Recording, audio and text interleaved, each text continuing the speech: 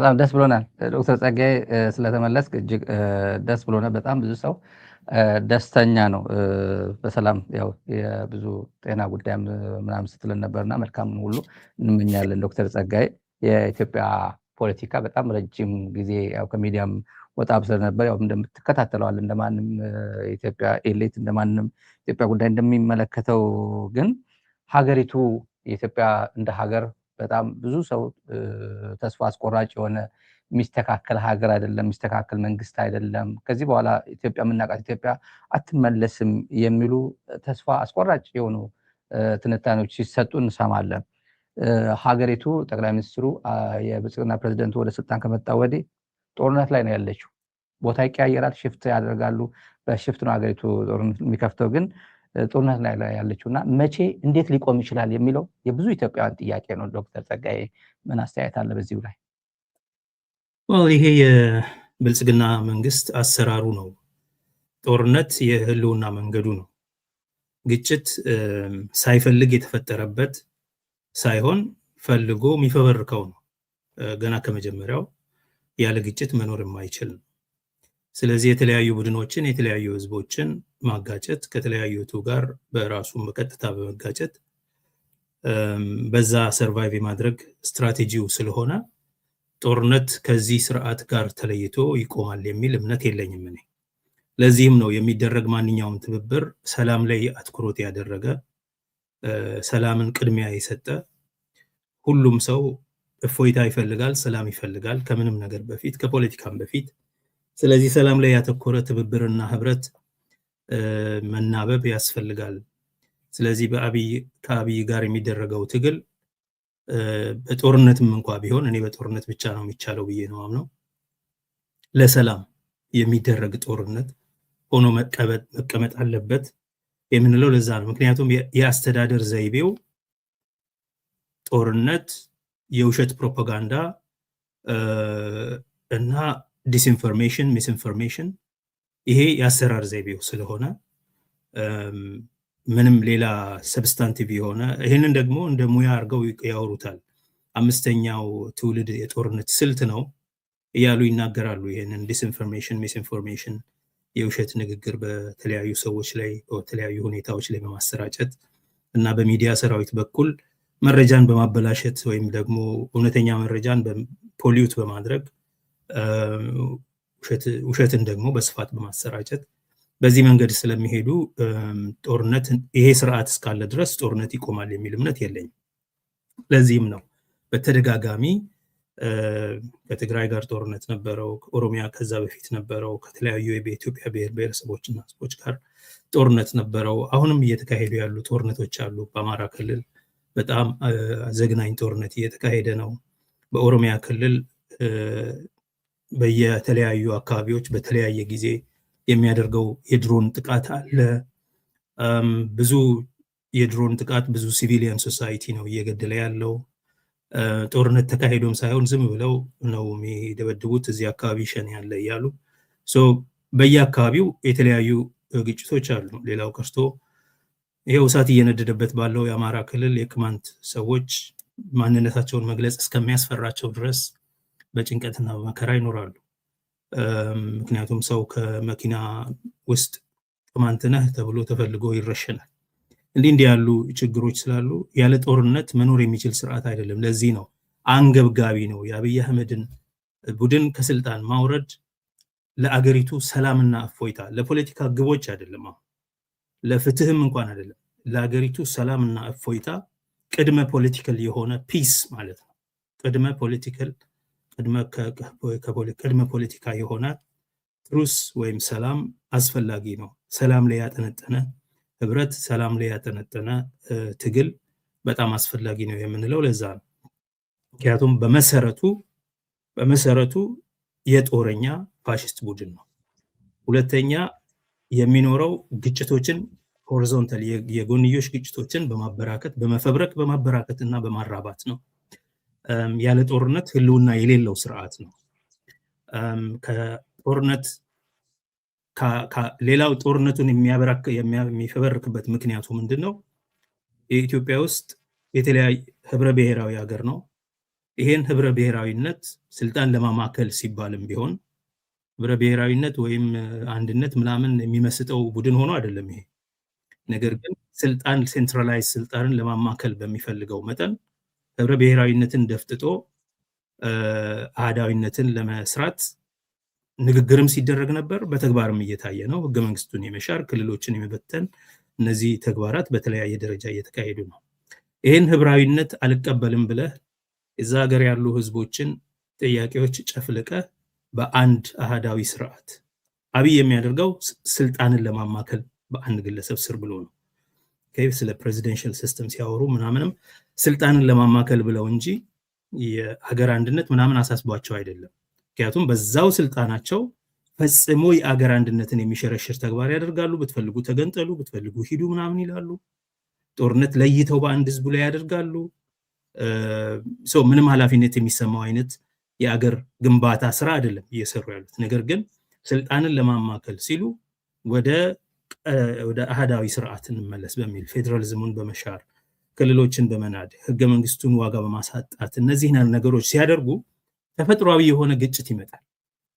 ምክንያቱም ማንነትን የማይቀበል የራስ በራስ አስተዳደርን የማይቀበል ህብራዊነትን የማይቀበል ይህ ሀገር የብዙ ህዝቦች አገር ነው የሚለውን ትቶ የአንድ ቋንቋ የአንድ ህዝብ አገር ነው ህዝቦች እያሉ ባሉን ምናምን ይለዋል እና ወደዛ ከመሄዱ የተነሳ አውቶማቲካሊ ወደ ግጭት የማምራቱ ሁኔታ የማይቀር ነው መቼም ቢሆን ማለት ነው። በአብይ ሆነ ሌላ ስርዓት ቢመጣ ይህንን ህብራዊነት ተቀብሎ ማስተዳደር የማይችል ፍትሃዊ በሆነ መንገድ ማስተዳደር የማይችል ማንኛውም ስርዓት ከግጭት ነፃ ሊሆን አይችልም። በመሰረቱ ይሄ ህብራዊነትን የሚያሳጣው የሚጨፈልቀው ኃይል ቀድሞውኑ የሀገሪቷን በኢምፓየር መንገድ ሲመሰርት በኃይል ያዋቀረው መሆኑ ያ የኃይል ሰንኮፍ እንዳይወጣ ያደርጋል። ህብራዊነትን ከተቀበልክና የህዝቦችን እኩልነት ከተቀበልክና ህዝቦች የራሳቸውን በራሳቸው የማስተዳደር መብት ከተጠበቀ ያ የኃይል ተግባር ሰንኮፍ ከስርዓቱ ከፖለቲካ ስርዓቱ ስለሚነጠል ለዚህ ነው ዘላቂ ሰላም ለማምጣት ያለው ብቸኛ አማራጭ ህብረ ብሔራዊ ፌዴራሊዝም ነው ብለን ስንከራከር የከረም ነው። ናው ሜቢ that's too late now። አሁን የፌዴራሊዝም ጉዳይ it's an idea whose time had come and gone ብዬ አስባለሁ። የሆነ ሆኖ ግን ያ እስካልተስተካከለ ድረስ ጦርነት ከውስጡ የሚወጣ አይደለም። ምንድነው ተስፋ የሚለው አይ ቲንክ ከምንም ነገር በላይ ተስፋ አስቆራጭ አይደለም። ኢትዮጵያ ያለ ችግር ከሌላው ሀገር ያለ ችግር የባሰ አይደለም። በዋናነት ግን ለውጭ ኃይሎች ያስቸገረው ነገር አብይ ቢሄድ ተተኪው ምንድነው የሚለው ጥያቄ ዴፊኒቲቭ መልስ ያለቀ መልስ ሊያገኝ ስላልቻለ ነው። ይሄ ደግሞ የሚያሳየው በአጠቃላይ በኢትዮጵያ የፖለቲካ ሂደት ውስጥ የፖለቲካ ህይወት ውስጥ ትልቅ የአመራር ቀውስ እንዳለ ነው። ለምንድን ነው ይሄን የምንለው? አሁን በስልጣን ላይ ያሉት ሰዎች የአመራር ብቃት የላቸውም። የአመራር ስልታቸው ግጭት መፈብረክና ማጋጨትና በዛ መኖር ነው። ተቃዋሚ የሆኑት ሰዎች ልቀት ያለው የአመራር ብልሃት ባለማሳየታቸው በተለያዩ ኃይሎች መካከል መተማመን ሊፈጠር አልቻለም።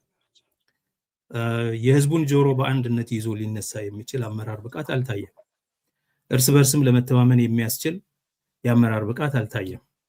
ወጥ የሆነ አጀንዳ ወዴት ምን አንድ አድርጎ ሀገሪቱን ወደ ሰላም እንደሚያሸጋግር ወጥ የሆነ አጀንዳ እይታ ያለው ላቅ ያለ አመራር ብቃት አልታየም። ዋናው ችግር እሱ ነው ብዬ ነው አስበው፣ በተቃዋሚዎችም ዘንድ በአመራሩም አሁን ባለው ስልጣን ላይ ባለው መንግስትም ዘንድ እና የድንኮች ትናንሽ ፖለቲካ የችርቻሮ ፖለቲካ በየአካባቢው መብዛቱ ተለቅ ያለ ነገር ሰላም እንዳናይ እና የፖለቲካ ክርክሩም ወደ ቲክቶክ ደረጃ የመሰዳደብ ፖለቲካ ስለተመለሰ ብዙም ይሄ ሁሉ የአመራር ድቀትን ነው የሚያሳየው።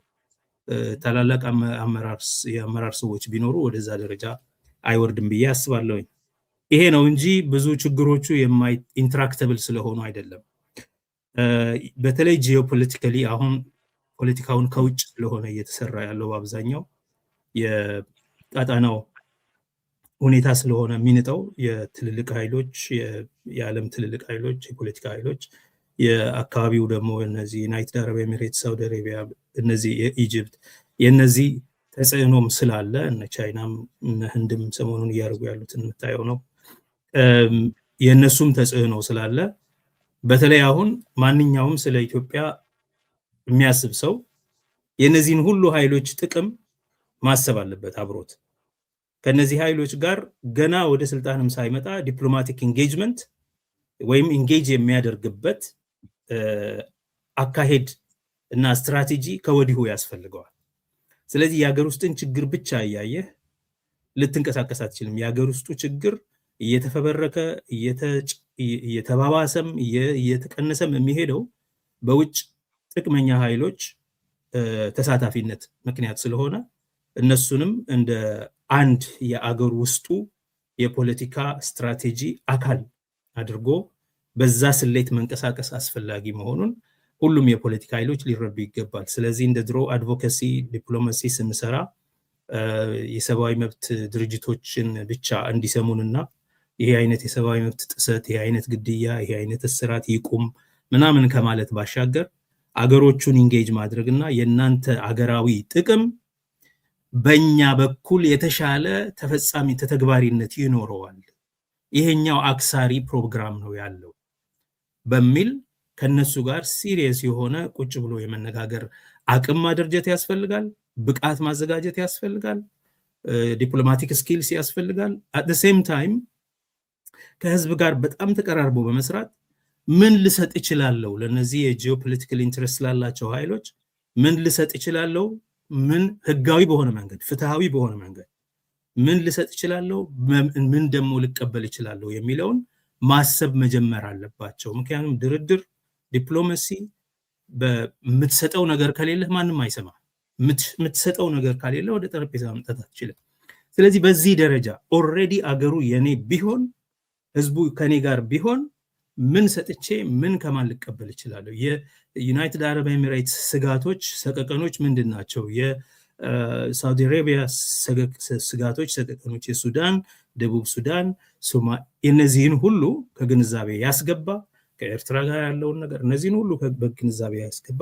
የኤርትራን ስጋት እንዴት አድርጌ ላስቀር እችላለሁ? የኤርትራን ጥቅም ደግሞ እንዴት አድርጌ ዋስትና ልሰጠው እችላለሁ? የራሴን ጥቅም ሳልጎዳ የሚለውን ሁሉ በጥንቃቄ ይዘህ ፕሮግራም አውጥተህለት ብዙ ጊዜ እንደሚባል ፍኖተ ካርታ አውጥተህለት በእርግጠኝነት ነገ ስልጣን በእጅህ ቢወድቅ ወዴት እንደምትራመድ ዴይ ዋን ላይ ማወቅ የምትችልበት ቦታ እስካልተገኘህ ድረስ አስተማማኝ የሆነ ይሄ ነው አማራጭ የሚባል ሆኖ መታየት አይቻልም። ስለዚህ አንዱ ትልቁ ችግር ክሬዲብል ኦልተርናቲቭ ሆኖ መታየት ነው። ክሬዲብል ኦልተርናቲቭ ሆኖ ለመታየት በተቃዋሚዎች መካከል ህብረትና መናበብን መፍጠር ያስፈልጋል። ለሱ ደግሞ መሰረታዊ ነገር መተማመን ነው፣ ትረስት ነው።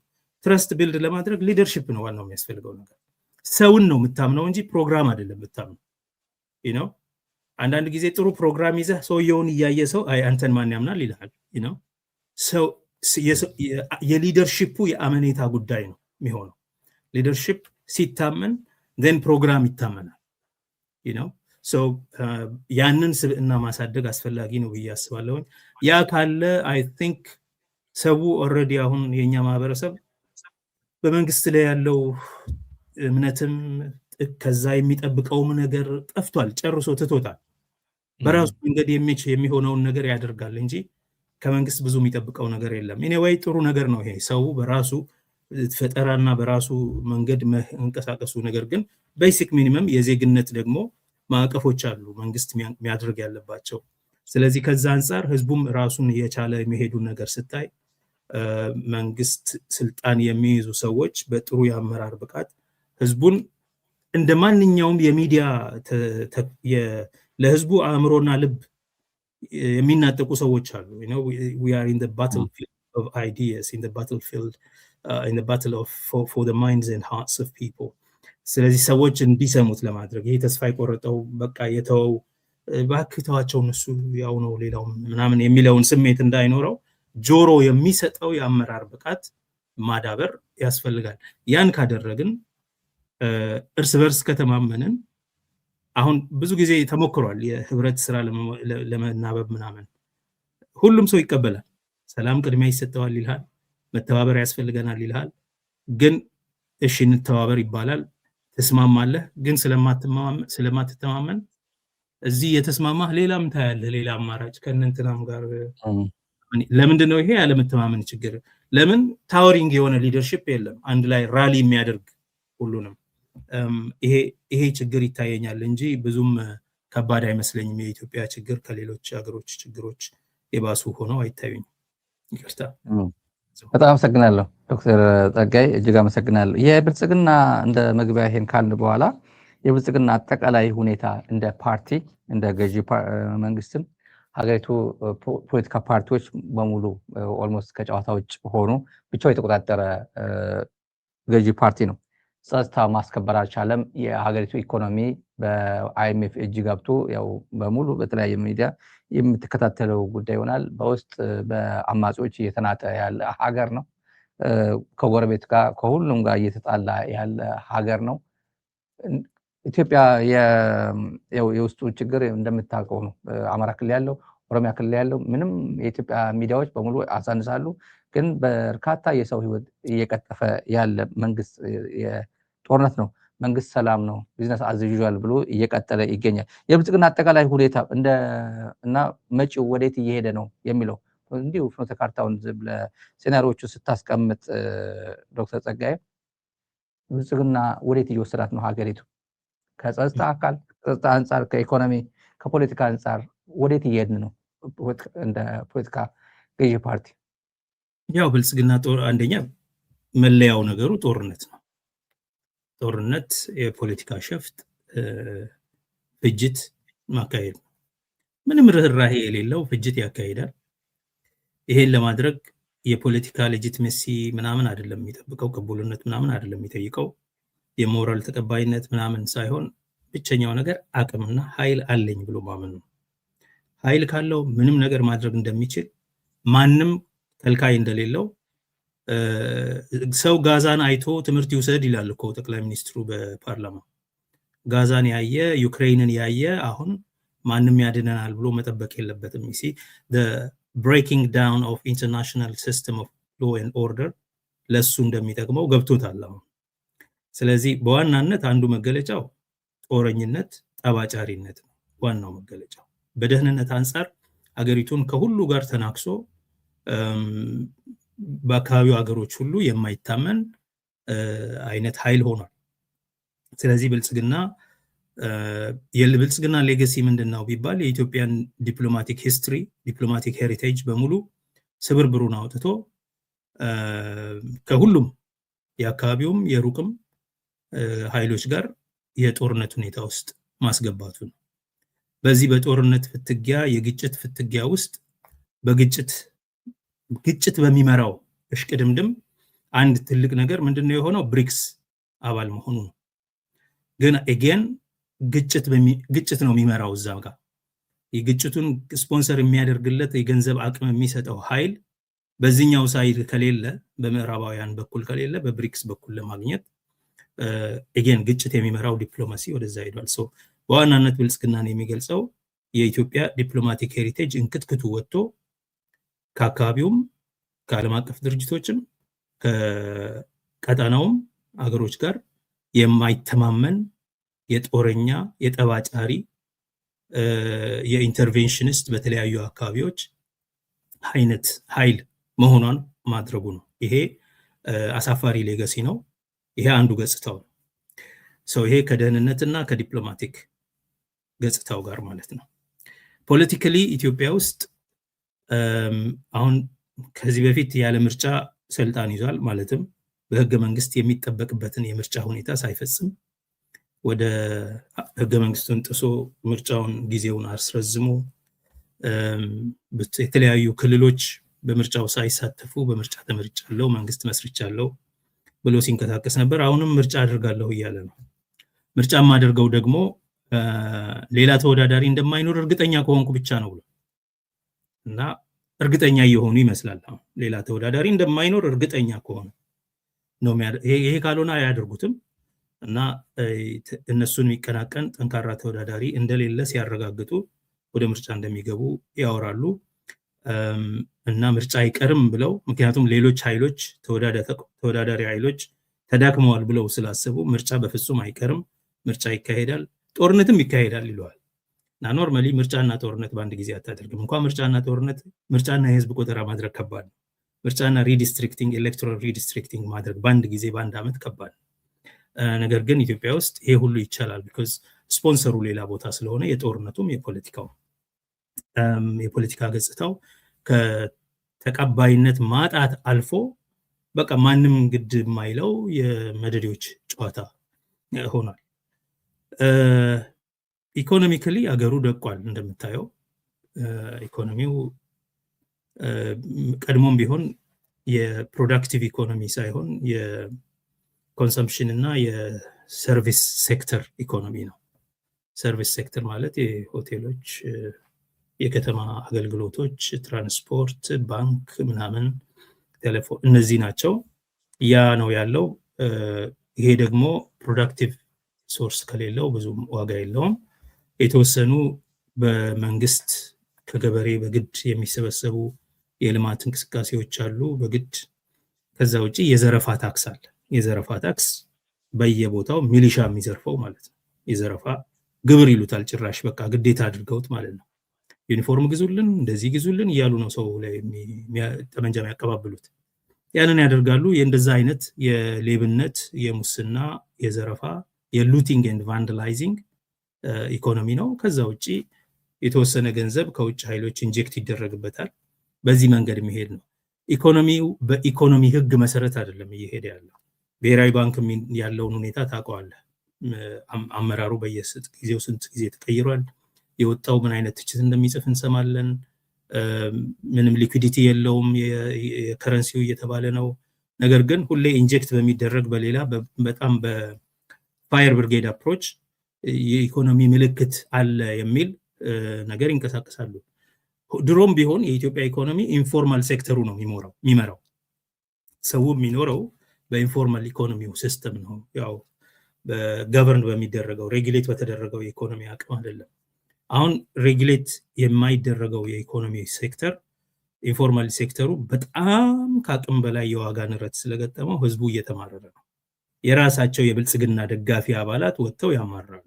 ዘይት 2000 ብር ሆነብን፣ 1 ሊትር 2000 ብር እንትን እንደዚህ እያሉ ያማራሉ። የራሳቸው ዋና ተከፍሏቸው የመንግስቱ ባለቤት ነን የሚሉ ሰዎች የሚያወሩት ነው። ሌላው ደግሞ እንግዲህ የት እንደሚኖር አክሰስም የሌለዋል። ሶ ኢቭን ኢንፎርማል ኢኮኖሚው በቃ የዋጋ ንረቱ ላይ ደርሶበታል። መንግስት ሬጉሌት የሚያደርገው ኖርማል የሆነው ነገር እሱ ከአቅም ውጭ ከንግግር ውጭ ነው። እሱ ካተር የሚያደርገው በጣም ባለጊዜ ለሆኑ ሀብታሞች እና ከውጭ ጋር የውጭ ንግድ ጋር የተያያዘ ግንኙነት ካላቸው ጋር ነው። ኢኮኖሚው በጣም ደቋል። የኢኮኖሚ ተስፋ ጠፍቷል። የፖለቲካ ተስፋ ከወጣቱ ስለጠፋ ጭራሽ 4 ኪሎ ምን እየተካሄደ ነው ትዝ የሚለውም ሰው የለም። እና ኢቭን ሌላውም አካባቢ ያው ተከፍሏቸው በግድ ሶሻል ሚዲያ ላይ ውርውር የሚሉት የነሱ ደጋፊዎች በቀር ሌላው ወጣት፣ ሌላው ህዝብ የፖለቲካ ጉዳይ አይደለም ብሎ ትቶታል። ምንድነው የሚያሳይ? ይሄ ሁለት ነገር ነው አንድን አገር ወደፊት የሚያስቀጥለው። አንድ አገር በህልውና እንዲኖር ማድረግ ከፈለክ እንደ አንድ አመራር ሁለት ነገር ሁሉ ጊዜ የኢኮኖሚ ተስፋ፣ የፖለቲካ ተስፋ። የፖለቲካ ተስፋ ማለት ምን ማለት ነው? የአንድ ህዝብ ለውጥ የማምጣት ስልጣን በእጁ እንዳለ ማወቅ፣ ጮሆ ተናግሮ ቮት አድርጎ የማይመቸውን አሰራርና አስተዳደር መቀየር እንደሚችል ተስፋ ሲኖረው የፖለቲካ ተስፋ አለው ይባላል። የፖለቲካ ሸፍጥ፣ ሴራ፣ ወንጀል ሲፈጸምበት ቁጭ ብሎ የማየትና በቃ ሄልፕለስ መሆን ሳይሆን ቆይ በሚቀጥለው እንደዚህ አድርጌ ሞቢላይዝ አድርጌ ካምፔይን አድርጌ እዚህ ጋር ገብቼ ይሄን ሰው ያሸንፍና የሚል እምነት ካለው በአገሩ ላይ የአድራጊነት የባለቤትነት ስሜት ይሰማዋል። አገር የሚቀጥለው እንዲች አይነት ተስፋ ካለች ነች። ሁለተኛ የኢኮኖሚ ተስፋ ነው። ለኔ ለልጆቼ ጥዬ የማልፈው ነገር ላገኝ የምችልበት በህይወቴ ውስጥ ይሄን ሰርቼ ይሄን ተምሬ ይሄን ሰርቼ ይሄንን አድርጌ እንግዲህ የኢኮኖሚ ተስፋ ሲባል ማህበረሰባዊ እድሎችን የማከፋፈል ጉዳይን ይመለከታል። የኢኮኖሚ መሳሪያዎችን የማግኘት አክሰስ የማድረግ ጉዳይን ይመለከታል። ኢኮኖሚክ ኢንስትሩመንትስ፣ ሶሻል ኦፖርቹኒቲስ፣ የጤና እነዚህ ካሉ ስራ መስራት ትችላለህ። ስራ ከሰራህ ፕሮፐርቲ ይኖረኛል ነው የኢኮኖሚ ተስፋ። ቤት ሰርቼ ልጆቼ የሚኖሩበት ጥዬላቸው ማለፍ ከቻልኩ የሚለው ነው። እነዚህ ሁለት ተስፋዎች አንድ ትውልድ ካልታየው መሰደድ ይሆናል ስራው፣ ወይም ሽፍታ ነው። ለዛ ነው የኢትዮጵያ ተቃዋሚ ጦር ቁጥሩ እየገዘፈ እየገዘፈ እየገዘፈ መሄደው። አንድ በፖለቲካ በኩል ይሳደዳል። በፖለቲካ መንገድ ሊለውጥ እንደማይችል ከቄሮ እንቅስቃሴ አይቶታል። በቃ ለፍቼ ታግዬ መጨረሻው ይሄ ነው የሚሆነው ወደሚል ገብቷል። የፖለቲካ ተስፋ ስለሌለው ነገሩን መቀየር እንደማልችል ካሰብኩ ሁለት ነገር ነው ማደርገው።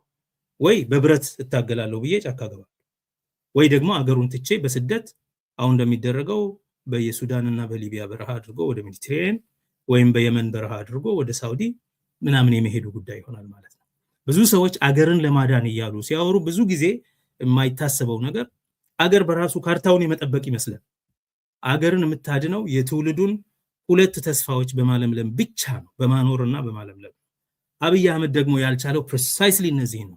ትውልዱ እጣ ፈንታ ምንድነው ሲባል ወታደር ትሆናለህ፣ ታፍሰህም ሆነ ፈቅደህ ካልሆነ ትምህርት ምናምን አሁን እንደ ድሮ እንትን አይደለም።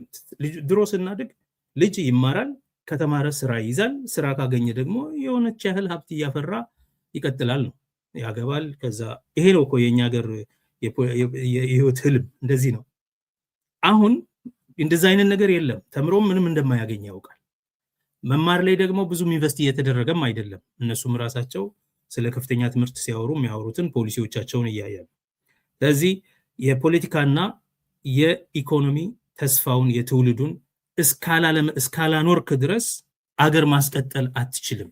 ወጣቱ ከሀገር ከሄደ በዛው መጠን አሊጀንሱ እየጠፋ አገር የሚባለው ነገር ምንድነች ነው የሚል ትቶ ሲሄድ እኮ ሞትን ሪስክ ማድረግ ይሻለኛል ብሎ ሲሄድ በቃ ይሄ ሀገር ለኔ ምንም አይደለም፣ ወይም ደግሞ ከሞት ሸሽቼ ነው እየሄድኩ ያለሁት ካለ፣ ፐርሰኪዩትድ ነኝ እያለ ካለ ደን ይሄ ሀገር የኔ አይደለም እያለ ነው፣ ሌላን ሀገር መርጦ እየተጠጋ ነው። ስለዚህ አገር የሚፈርሰው በእንደዚህ አይነት መንገድ ነው እንጂ የሆነ የፖለቲካ ንግግር ስለተደረገ እነጸጋዬ የሆነ ነገር ስለተናገሩ አይደለም፣ ትችት ስለቀረበ ምናምን አይደለም። የአገርን የጃስቲስ ዴፊሲት መናገር አገርን አያፈርስም፣ ለእርምት ያዘጋጃል። ይልቅ ግን አገርን የሚያፈርሰው የትውልዱን ተስፋ፣ የትውልዱን የፖለቲካና የኢኮኖሚ ተስፋ ማጥፋት ወይም ደግሞ ኔግሌክት ማድረግ፣ መርሳት፣ እነዚህ ነገሮች ናቸውና በፖለቲካ በኢኮኖሚም በሁለቱም መንገድ አሁን ያለው የኢትዮጵያ አስተዳደር በምንም መንገድ ተስፋን የሚያለመልም ሳይሆን ተስፋን የሚያጨልም፣ የትውልዱን ተስፋ የሚያሳጣ፣ ትውልዱን ተስፋ የሚያስቆርጥ አድርጎታል። የራሱን ደጋፊዎች ያው በተለያዩ የጀብድ ተግባራት ለማጀገን የሚሞክረው አለ። ወደብ ገንብተናል፣ አሁን ማነው ምንድነው ግድብ ገንብተናል፣ አሁን ደግሞ ወደብ እናመጣለን ምናምን የሚለው እሱ ገብቷቸዋል። የተስፋ ነገር እንደሌለ ስላወቁ በምን ደግሞ የራሳቸውን ደጋፊዎችና አባላት እንደሚያሟሙቁ ጊዜያዊም ቢሆን አጀንዳ በመፍጠር ያንን ያደርጋሉ እንጂ የትውልዱን የኢኮኖሚና የፖለቲካ ተስፋ ከሳቱት ቆይተዋል። በጣም አመሰግናለሁ ዶክተር። የራሱ ቋንቋ ልጠቀም። ህዝብ ተስፋ የመቁረጥ ስሜት ውስጥ ከገባ ብዙ ሀገር በፓብሊክ ዲስኦቢዲየንስ መንግስታት ይቀይራሉ፣ ገዢዎቻቸው ይቀይራሉ። የዳቦ ኪሎግራም የዳቦ ግራም አነሰ ብለው ሰላማዊ ሰልፍ አድርገው አይተናል። በግብፅም በሱዳንም በጣም ብዙ ለውጦች አይተናል። ኬንያ ጭምር በታክስ ጉዳይ የአይኤምኤፍን ፖሊሲ ያስቀየረ ተቃውሞ አሳይተውናል። የኬንያ ወጣቶችም ህዝብም ተስፋ የቆረጠ ህዝብ እንዴት መንግስት መቀየር ይችላል? ኢትዮጵያ ላይ በጣም መንግስት ፖለቲካ ፓርቲዎችን በመደፍጠጥ ፖለቲካ ፓርቲ በማሰር በመግደል እውቅናቸውን በመሰረዝ ከፖለቲካ እንዲወጡ በማድረግ ብቸኛ ተወዳዳሪ አድርጎ ራሱ ስላስቀመጠ ህዝቡ ከዚህ በኋላ ማን አለኝ ከዚህ በኋላ ለውጥ ማምጣት አልችልም የሚለው መንፈስ የተሰጋባ ነው። በጣም በሶሻል ሚዲያ ላይ የሚውል ቲክቶክ ላይ የሚውል ትውልድ እየፈጠረ ነው። ይሄም ሪዋርድ እያደረገ ነው። ቲክቶክ ላይ ሶሻል ሚዲያ ላይ የሚውለውን እዛ ላይ ኢንጌጅድውን ፖለቲካ ነገር ብቻ አትንካብኝ የሚል ማህበራዊ ነገር ላይ ኢንተርቴይንመንት ላይ ብቻ አዘውትር የሚል አገዛዝ ያለ ይመስላል። በምርጫ እንደማይጥለው ያው ምርጫ እንዳይጥል ዶክተር ታውቀዋለህ። በርካታ የኢትዮጵያ ፖለቲከኞች ህወሓት ሰርዣለሁ አላቀህም አለው። ፕሪቶሪያ የተፈራረመውን አካል ኦፌኮ፣ ኦነግ፣ ኦሮሚያ ክልል ያለው ሁኔታ ታውቀዋለህ። የነ ልደቱ ፓርቲ ታውቀዋለህ። በጣም በርካታ ፖለቲካ ፓርቲዎች ከጨዋታ ውጭ አድርጓቸው ግን ለምርጫ ዝግጁ ነኝ እያለ ነው። በምርጫ መጣል ካልቻለ ይሄ መንግስት በ5 ዓመት በኋላ እቀጣሃለሁ፣ አሁን እያስተናገድከኝ አይደለም፣ በምርጫ እቀጣሃለሁ ይላል። ይሄ ዘመናዊ የሆነ ጀነሬሽን፣ ዘመናዊ የሆነ የዲሞክራሲ ሀገራት በምርጫ ነው መጣል የሚፈልጉት፣ ጫካ መውጣት ምናምን ሳያስፈልጋቸው። አሁን ግን ጫካ አይደለም መውጣት አንፈልግም ያሉም በምርጫም መጣል አይችሉም። ህዝቡ ተስፋ ምንድን ነው? ተስፋው ህዝቡ ዘንድ ያለው ተስፋ ምንድን ነው? እንዲሁ ዶክተር። መልካም እንግዲህ አንድ አገር የፖለቲካ ተስፋን ለማለምለን የህዝቡ በዜግነት መብቱ ተጠቅሞ ማድረግ የሚችለው ነገር ሲኖር ነው፣ ኤጀንሲ ሲኖረው ነው።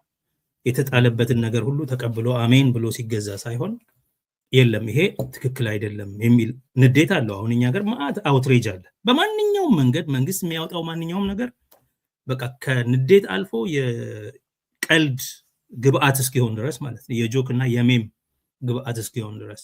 ያንን አውትሬጅ ግን በምን መንገድ ነው የምትገልጸውና የምትቀጣው ሲባል አንደኛ በኤሌክቶራል ዲሞክራሲ ነው።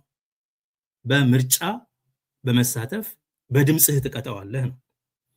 ሁለተኛው በተሳትፏዊ ቀጥታ ተሳትፏዊ ዲሞክራሲ። በቀጥታ ዲሞክራሲ ማለት በአቤቱታ፣ በሰላማዊ ሰልፍ፣ በተቃውሞ፣ በስራ ማቆም፣ በተለያዩ አድማዎች ትቀጣዋለህ ነው። ናው የምርጫ ዲሞክራሲ ለማድረግ ኤሌክቶራል ዲሞክራሲ ለማድረግ ስርዓት ያለው ኤሌክቶራል ሲስተም፣ መድበለ ፓርቲ ስርዓት፣ ነፃ ሚዲያ፣ ነፃ የመንግስት ተቋማት፣ እነዚህ ያስፈልጋሉ። ይሄን አይፈልግም ይሄ መንግስት። ኢንፋክት ተስፋ መቁረጡን ይፈልገዋል ይሄ መንግስት።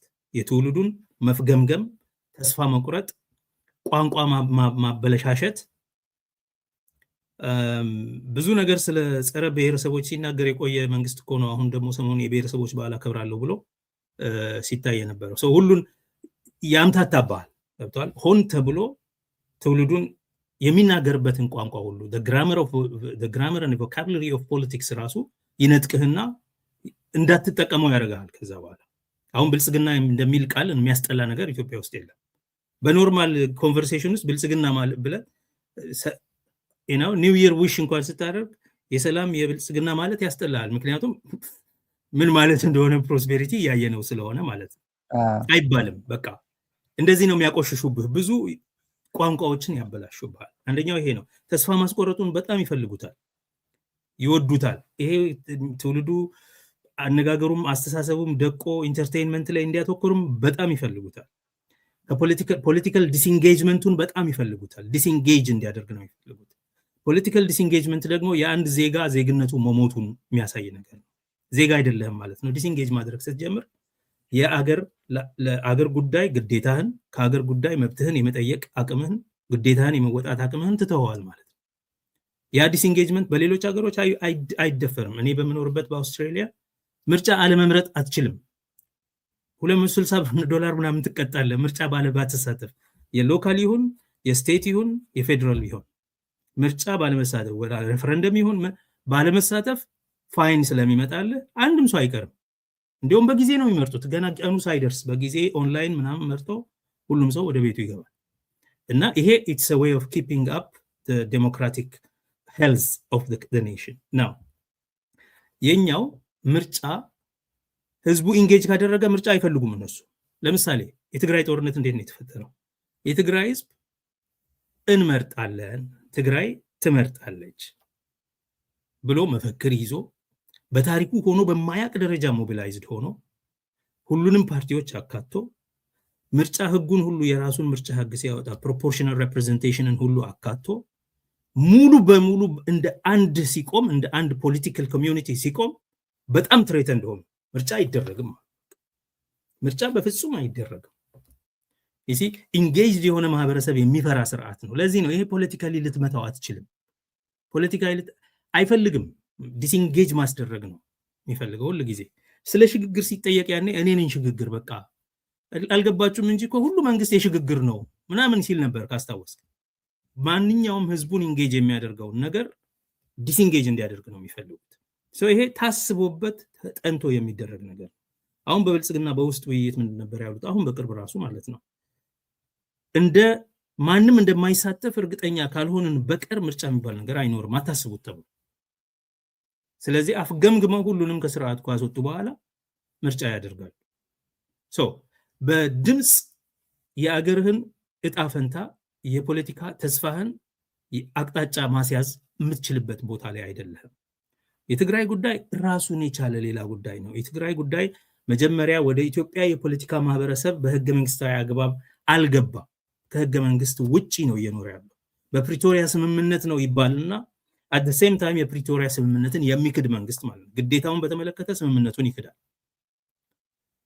ያለ መብት ሳይሰጣቸው ደግሞ እንደ ማንኛውም ግዴታ እንዲኖራቸው በዛ ሀገር ህግ ስርዓት እንዲተዳደሩ ይጠይቃል። ምክንያቱም በዛ ሀገር ውስጥ በየትኛውም ተቋም ውስጥ የሉበትም አይደለም። የትግራይ መንግስት በዛ ውስጥ ተሳትፎ የለው። ገና ከጦርነት ሁኔታ ወደ ሰላማዊ ሁኔታ የሚያስገባው የፕሪቶሪያ ስምምነት ድልድይ ነበር። ወደ ኢትዮጵያ ፖለቲካ ማህበረሰብ በህገ መንግስት አግባብ የሚገባበት ድልድይ ነበር። ጭራሽ ከእናንተ ጋር አልተደራደርኩም፣ ከግለሰቦች ጋር ነው የተደራደርኩት። ስለዚህ ግለሰቦችህን ውሰድና ጦርነቱን እንቀጥላኛ ማለት ይቻላል እኮ። ግለሰቦችህን ወስደሃል የተደራደርካቸው። እንግዲህ ጦርነት ደግሞ እንደዛ ስለ ትግራይ ምርጫ ማውራትም አይችሉም እነሱ። ዛሬ ግን ደግሞ ምርጫ ይካሄዳል ብለው ይዝታሉ። በፊት ምርጫ ያደረጋችሁ ብለው ቀጡት። አሁን ደግሞ ምርጫ አልቀበልም ስላለ ሊቀጡት ይፈልጋሉ። በሁሉ መንገድ ችግር ነው የሚፈጥሩበት። የትግራይ ጉዳይ ሰፐሬት የሆነ ሌላ አጀንዳ ነው። ሙሉውን ለብቻው መናገር እኔ ቀላቅዬ ማውራት ያስቸግረኛል። ምክንያቱም ከህገ መንግስት ሂደቱ ውጪ የሆነ አንድ ማህበረሰብ አለ። ኦን ሆልድ ነው፣ ሰስፔንድድ የሆነ ነው የትግራይ ጉዳይ ያለው። ከህገ መንግስት አይሰራም፣ ይሰራል፣ በእነሱ ላይ ህግ ይሰራል፣ አይሰራም። የፕሪቶሪያ ስምምነት እንደው በቃ የተንቀዋለለ ነገር ነው። አብይ አህመድ እንደዚህ ያለ ሰስፔንድድ የሆነ አካሄድን ይወዳል። ለምን? ዲስንጌጅ ለማድረግ ይረዳል። እንደዚህ አይነት በንጥልጥል ያለ ነገር ብዙ ከሃዲ ያራባል፣ ይፈልገዋል። ይሄንን ትግልን ማዳከም የሚችለው አብይ አህመድ ትግልን ማጥፋት እንደማይችል ያውቀዋል። ኢትዮጵያ ውስጥ ማዳከም የሚችለው እድሜውን በማራዘም ነው። ሲራዘም ከሃዲ እየበዛ ተስፋ የሚቆርጠው እየበዛ በቃ ዝሎ የሚተወው እየበዛ ሞመንተም ያጣል። ፖለቲካ ደግሞ የሞመንተም ጉዳይ ነው። ስለዚህ ይሄ ሞመንተምን የተቃዋሚዎችን የሞመንተም መፍጠር አቅም ማዳከም ተሳክቶለታል። የተቃዋሚ ፖለቲካ ኃይሎች ደግሞ የሞመንተም የመፍጠር ግዴታ እንዳለባቸው አልተሰማቸውም። ያው እንደዚህ ህጉ ከልክሎናል ምናምን። ስለዚህ በቃ እንግዲህ ያለው አማራጭ ጦርነት እንዳይሰብኩ ችግር ነው፣ ትክክልም አይደለም። በፖለቲካ የሚሳተፍ ሰው ፖለቲከኛ ነኝ ያለ ሰው ስለ ጦርነት ማውራትም የለበትም፣ ትክክልም አይደለም። ፖለቲካ አለ ብሎ ካመነና በፖለቲካ መንገድ እሳተፋለሁ ካለ ፖለቲካ ከብረት ውጪ ነው። ወደ ብረት ደግሞ ከገባ እሱ ሌላ ጉዳይ ነው፣ ፖለቲከኛ አይደለም ማለት ነው። የፖለቲካ ተስፋውን የምርጫ ፖለቲካን በዚህ መንገድ አፍገምግሞ አጥፍቶታል። እንደምታውቀው የምርጫ ቦርድ ኃላፊዎቹ የራሱ ሹመኞች ናቸው። ምክር ቤት ውስጥ ያሉት እንደዛ ናቸው። የሰብአዊ መብት ተቋማቱ በሙሉ የራሱ ሹመኞች ናቸው። እያንዳንዱን በፈለገ ጊዜ ያነሳል፣ በፈለገ ጊዜ ይሾማል። በዛ ውስጥ በምርጫ የፖለቲካ ተስፋን የማኖር ሁኔታ አይኖርም። ሁለተኛው መንገድ ተሳትፏዊ ቀጥታኛ ተሳትፏዊ የህዝብ አመጽ ነው። አመጽ፣ ሰላማዊ ሰልፍ፣ አድማ፣ ስራ ማቆም፣ ገበያ ማደም፣ መንገድ መዝጋት፣ ቤት መቀመጥ፣ እንዲህ ያሉ ነገሮች ናቸው። ያንን ማድረግ ለህዝቡ ለራሱም ዋጋ ያስከፍለዋል። ዋጋ አስከፍሎ ለውጥ እንደማያመጣ ካልተረዳ ወደዛ ነገር አይገባም። ምክንያቱም ማደም ለምሳሌ ሱቅህን የምትዘጋ ከሆነ ገቢህ ነው የሚቆመው። ስራ የምታቆም ከሆነ ስራ ነው የምታጣው። ለዚህ በጣም እርግጠኝነት ያስፈልገዋል። ጊዜው መተመን አለበት። ጥሩ አታጋይም ያስፈልገዋል። በዚህ ጊዜ ውስጥ ይሄን ስናደርግ የመንግስትን አቅም በዚህ ያህል እንጎዳለን፣ ለህዝባችን የሚመጣው አደጋም እንደዚህ ያህል ነው፣ ስለዚህ ትርፉ ግን ይሄ ነው በሚል ህዝቡን በደንብ ስሌቱን አሳይቶ ተስፋውን መሙላት አለበት። ይሄ የተቃዋሚዎች የአታጋይነት አቅምን ይጠይቃል። አመራር ምናምን የምለው እዚህ ጋር ነው። ምክንያቱም ቦይኮት እናደርጋለን ስትል ምንድነው ቦይኮት ስናደርግ ምን ይደርስብናል የሚለውን ማሰብ አለብን። እነሱ ላይስ ምን እናደርሳለን የሚለውንም ማሰብ አለብን። መንገድ እንዘጋለን ስትል እነሱ ላይ ምን እናደርሳለን? እኛስ ምን ያጋጥመናል? የመንግስት አካሄድስ ምን ይመስላል? ሁለት ነገር መረዳት አለብን። እንደዚህ አይነት ተግባርን ለማድረግ ኤሲሜትሪካል የሆነ የስልጣን አቅም ነው ያለው። አሁን በዋናነት የመንግስት አቅም ምንድን ነው ካልክ የውጭ ኃይሎች የሚሰጡት ገንዘብና የቴክኖሎጂ አቅም ነው። ድሮን ህዝብ ላይ ድሮንን በማሰራጨት የፈለገውን ማድረግ የሚችል መንግስት፣ የፈለገውን ሰው አባሮ የፈለገውን ሰው በአንድ ሌሊት የመቅጠር አቅም ገንዘብ አለው። የብድርም ይሁን የሌብነት የኮንትሮባንድም ይሁን የሙስና ገንዘብ አለው። ስለዚህ ህዝቡን በአቅም የለሽነት ቦታ ላይ ቀንሶታል። ፕሪሳይስሊ የሚያደርጉት ይሄን ነው። በሁሉም መንገድ አቅም የለሽ የሆነ ህዝብ እንዲኖር ዲስኢንጌጅድ የሆነ ህዝብ ናው። እነዚህን ለማድረግ አንድም የፖለቲካ አታጋይ መጥፋት በደንብ አስልቶ ማለት ነው። በእያንዳንዱ የፖለቲካ ተሳትፋዊ ቀጥተኛ ተሳትፋዊ ዳይሬክት ፓርቲሲፓቶሪ ዴሞክራሲ የሚባለው ማለት ነው ለማድረግ ይሄ ጉዳት ይመጣብናል። ይሄ ግን ከነሱ ላይ የሚደርሰው ከዚህ የበለጠ ጉዳት ነው። ስለዚህ በዚህ ምክንያት ይፈርሳል ይሄ መንግስት። ምን ያህል ቀን እነዚህን ተምነህ ስትራቴጂካሊ ከሌሎች ጋር ተናበህ ካልተንቀሳቀስክ ሰው እኔ ተጎድቼ ኢን ዲ ኤንድ ያው የዶክተሮቹ ሁኔታ ተመልከት። ሐኪሞች በተለያየ ጊዜ ተቃውሞ አሰሙ። መጨረሻ ምን ሆነ? የሚታሰረው ይታሰራል፣ የሚገባው ይገባል። ከዛ ቀስ ብሎ ሁሉም ወደ ስራ ይመለሳል። እንደገና የሆነ ቦታ አስተማሪዎች ይጀምራሉ። የሚታሰረው ይታሰራል፣ የሚቃወም ይቃወማል፣ የሚከዳው ይከዳና ወደ እነሱ ይገባል። ከዛ በኋላ ዝም ተብሎ ይከተላል። ችግሩ አልተፈታም፣ ግን ችግሩን ያኮላሹታል፣ ተቃውሞውን ያኮላሹታል። እንደዛ እንዳይሆን ጠንካራ አታጋይ ያስፈልጋል። ጥሩ ስልትና ስትራቴጂ የሚቀይስ ሰው ያስፈልጋል። በዚህ መንገድ በሰላማዊ መንገድ ነው የምታገለው የሚል ወገን በተለይ እነዚህን በስነ ስርዓት 100 ምናምኑንም ሁሉ አጥንቶ በተግባር ምን አይነት ስቴፖች ተከትሎ ወደ ድል እንደሚበቃ አስቦና አስልቶ መሄድ አለበት። ናው ይሄንን ትንሽ ነገሩን የሚያዳክመው ምንድነው? በጦርነት ደግሞ የሚታገል ኃይል አለ። ስለዚህ ልቡን ይከፍለዋል ትውልዱ። ተው እባክህ ይሄን መንግስት እንደዚህ አንጥለውም፣ ይሄን ጨዋታ ድሮ እናውቀዋለን ምናምን የሚሉ ልጆች አሉ። ቄሮ በኩል ኦሮሞ ይሄንን ተው፣ ስለዚህ የሚሻለው ወደ ጫካ መግባት ነው ይላል። የጫካው ጉዳይ አሁንም ኤሲሜትሪው እንዳለ ነው። መንግስት ያለው የመሳሪያ አቅም፣ መንግስት ያለው የገንዘብ አቅም፣ የትጥቅ አቅም፣ እነዚህ በአንድ በኩል የተቃዋሚው የትጥቅና የገንዘብ አቅም መተያየት አለበት።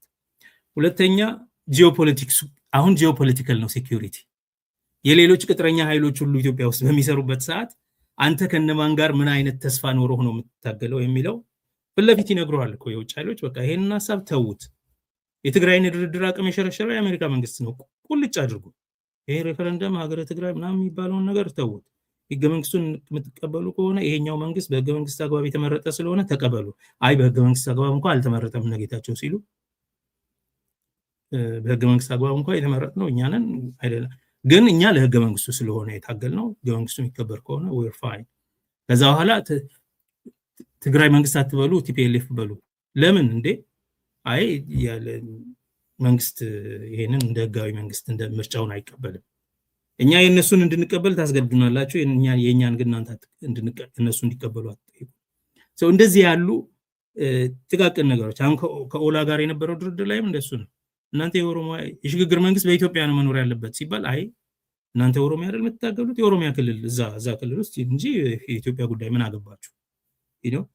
እንደዚህ ያደረገ ያሳንሳል። እና ይሄ ሁሉ የሚመጣው ግን ከውጭ ነው። የአሜሪካ መንግስት ኦነግንም እንደዛ ነው ያለው። የኦሮሞ ነጻነት ኃይሎችንም ይሄ መገንጠል ምናምን የሚለውን ተው፣ ህገ መንግስት እንቀበላለን፣ ህገ መንግስቱ ፌደራል ስርዓቱ የሚከበር ከሆነ እሱን አንቃወምም ሲሉ ተስማምተናል ብሎ አብይ አጨበጨበ። ከዛ ተደራዳሪዎች ላከና ዛንዚባር የነበረው ላይ ማለት ነው ይዘው የመጡት ነገር ጌዲዮን ይዘው የመጡት ነገር ኦሬዲ በንግግር ህገ መንግስቱ ላይ ችግር የለንም እኛ የሚል ስለሰማ ተቀብለዋል ነው። ከዛ ፈርሙ ሲባል የመጣው ዶክመንት የፕሪቶሪያ ዶክመንት ትግራይ የሚለው ላይ ኦሮሞ፣ ኦኬ፣ ህወሓት የሚለው ላይ ኦነግ ተብሎ ተጽፎ ነው የመጣው። ይሄማ ጨዋታ ነው ተው እንጂ መች ተደራደርን አሉ። ከዛ ዳያስፖራ ነው ንጽጋይ ናቸው እንዳይቀበሉ ያደርጓቸው እንጂ ተስማምተው ነበር ምናምን ተባለ። እዚህ ማን ነው ግን ወደዚህ ሁሉ ልጆቹን የሚያስገባቸው ካል የአሜሪካ ዲፕሎማቶች ናቸው። ተቀበሉ፣ ይሄ መንግስት በህጋዊ መንገድ የተመረጠ መንግስት ነው ብላችሁ ተቀበሉ፣ ይሄ መገንጠል ምናምን ጥያቄ ሀገር ምናምን የሚለውን ተው የሚሉት ነገር አላቸው። ይሄ ቀላል ኢንፍሉዌንስ አይደለም። አሁንም በኦሮሞ በኩል ለምሳሌ እኔ በስከማውቀው ድረስ ትልቁ ትግል የኦሮሞን ህዝብ አስፒሬሽን ለውጭ ኃይሎች ሲባል እስከምን ድረስ ነው ምን ቀንሰውና ምን ደብቀው እነሱ እንዲቀበሉትስ ለማድረግ ምን አቅም አለን፣ እንዴት አይነት አቅም ማደረጀት አለብን የሚለው ሌላ ምዕራፍ የትግል ምዕራፍ ሆኗል ማለት ነው። እነዚህ ሁለት ነገሮች በቀጥታ በዲሞክራሲ በምርጫ በሚደረግ ዲሞክራሲ ነገሮችን መቀየር ካልቻል፣ በቀጥታ ተሳትፏዊ ዲሞክራሲ መቀየር ካልቻል ያለው ሶስተኛ አማራጭ የብረት ትግል።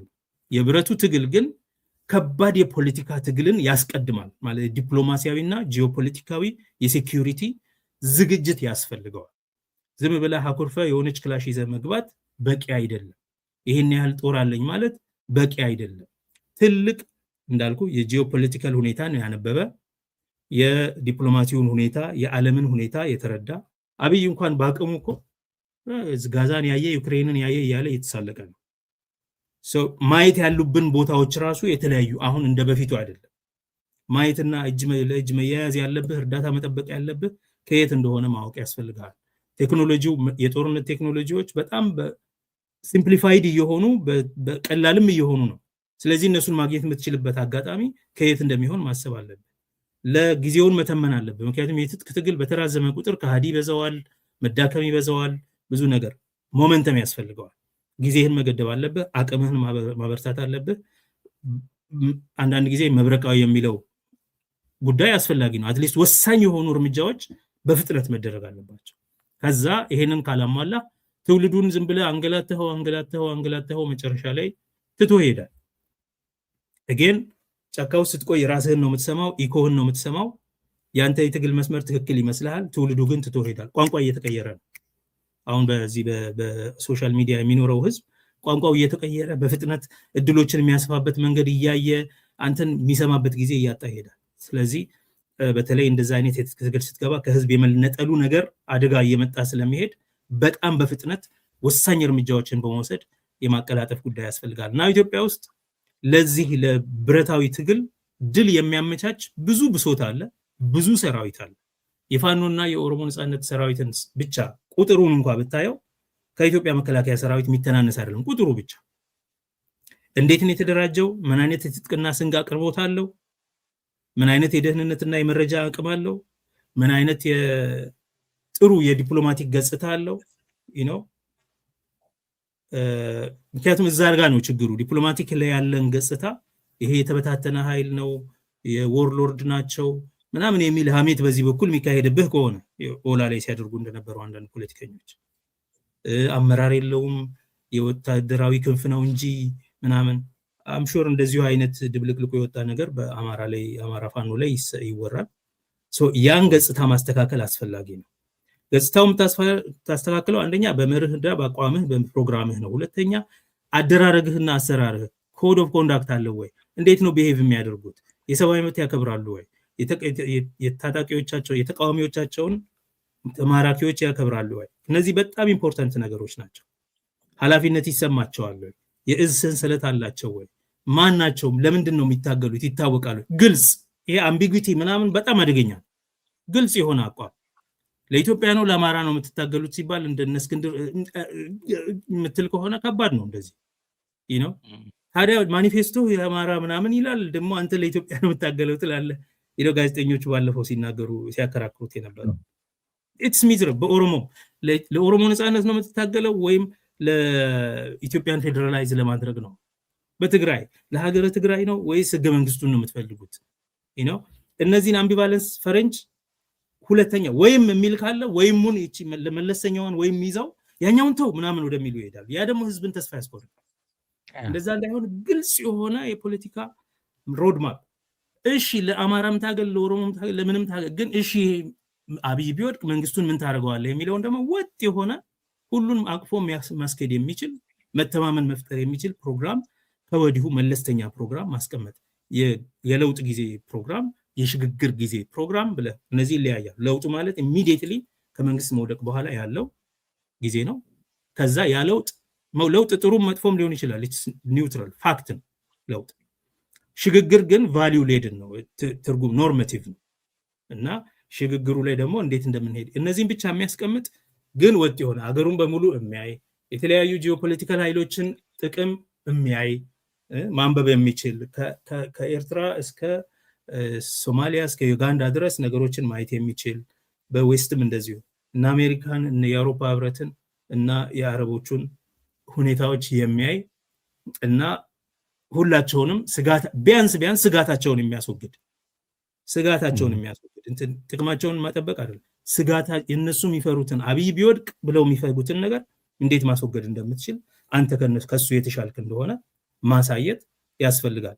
ይህን ካደረገ የተቃዋሚው ኃይል መናበብ ከቻለ በጣም የተመቸ ሁኔታ ነው ያለው። ምክንያቱም እንዳልኩ የሁለቱ ኃይሎች ጦር አሁን በሚነገረው አካሄድ ካየ የሁለቱ ኃይሎች የትግራይን ሌላ ነው ደግሞ እሱ የሁለቱ ኃይሎች ጦር ብቻ ከኢትዮጵያ መከላከያ ሰራዊት የሚተናነስ አይደለም በቁጥር የትግራይ የተሻለ ትጥቅ ያለውን የተሻለ መደራጀት አቅም ያለውን እነሱን ስትጨምር አክቹዋሊ በጣም የተመቸ ሁኔታ አለ።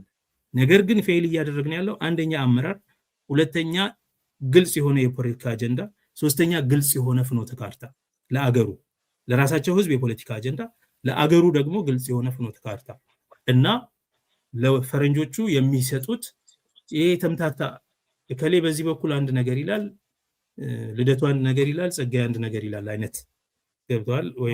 እንደዛ መሆን የለበትም። ሁላችንም አትሊስት አልቲሜት ጎሉ ምን እንደሆነ በአንድ መንገድ መናገር የምንችል ከሆነ አይ ቲንክ ሰዎችም እኛም ክሬዲብል ተአማኒነት ያለው አማራጭ ሆነን መቅረብ ከቻልን አይ ቲንክ ለውጥ ለማምጣት ይቻላል ብዬ አምናለሁ። እጅግ አመሰግናለሁ ዶክተር ጸጋይ። በጣም ወሳኝ ጉዳይ ያነሳው የሞመንተም ትግል ሞመንተም ይጠይቃል ያልከው ቲፒካል ቴክስትቡክ ኤግዛምፕል የትግራይ ይመስለኛል። ዝም ብለህ ስታስበው የትግራይ ይመስለኛል። ትግራይ አንተም ድምጽ ስትሆንበት የነበረው የትግራይ ህዝብ በሁለት ዓመቱ ጊዜ ዲያስፖራው የነበረውና አገር ቤት የነበረው 360 ዲግሪ የተዘጋ ህዝብና ፖለቲካ አመራር ምን አይነት ለውጥ እንዳመጣ ዲያስፖራ የነበረው ምን አይነት ለውጥ እንዳመጣ እናስታውሰዋለን።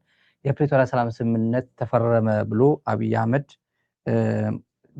በማዘናጋት ሞመንተሙን ትንሽ ባንዳም ይፈጥራል፣ ከሃዲም ይፈጥራል፣ ተስፋ የቆረጠም ይፈጥራል ያልከው ወቅቱ ነገሮች ካልተፈጸሙና ያየ ነው እስካሁን ድረስ በሶስት ዓመት ከፕሪቶሪያ ሰላም ስምምነት በኋላ ከትግራይ ወደ ፌደራል መንግስት የተቀላቀሉ እና ፈላጭ ቆራጭ የፌደራል መንግስት ባለስልጣናት ያደረጋቸው እያየን ነው።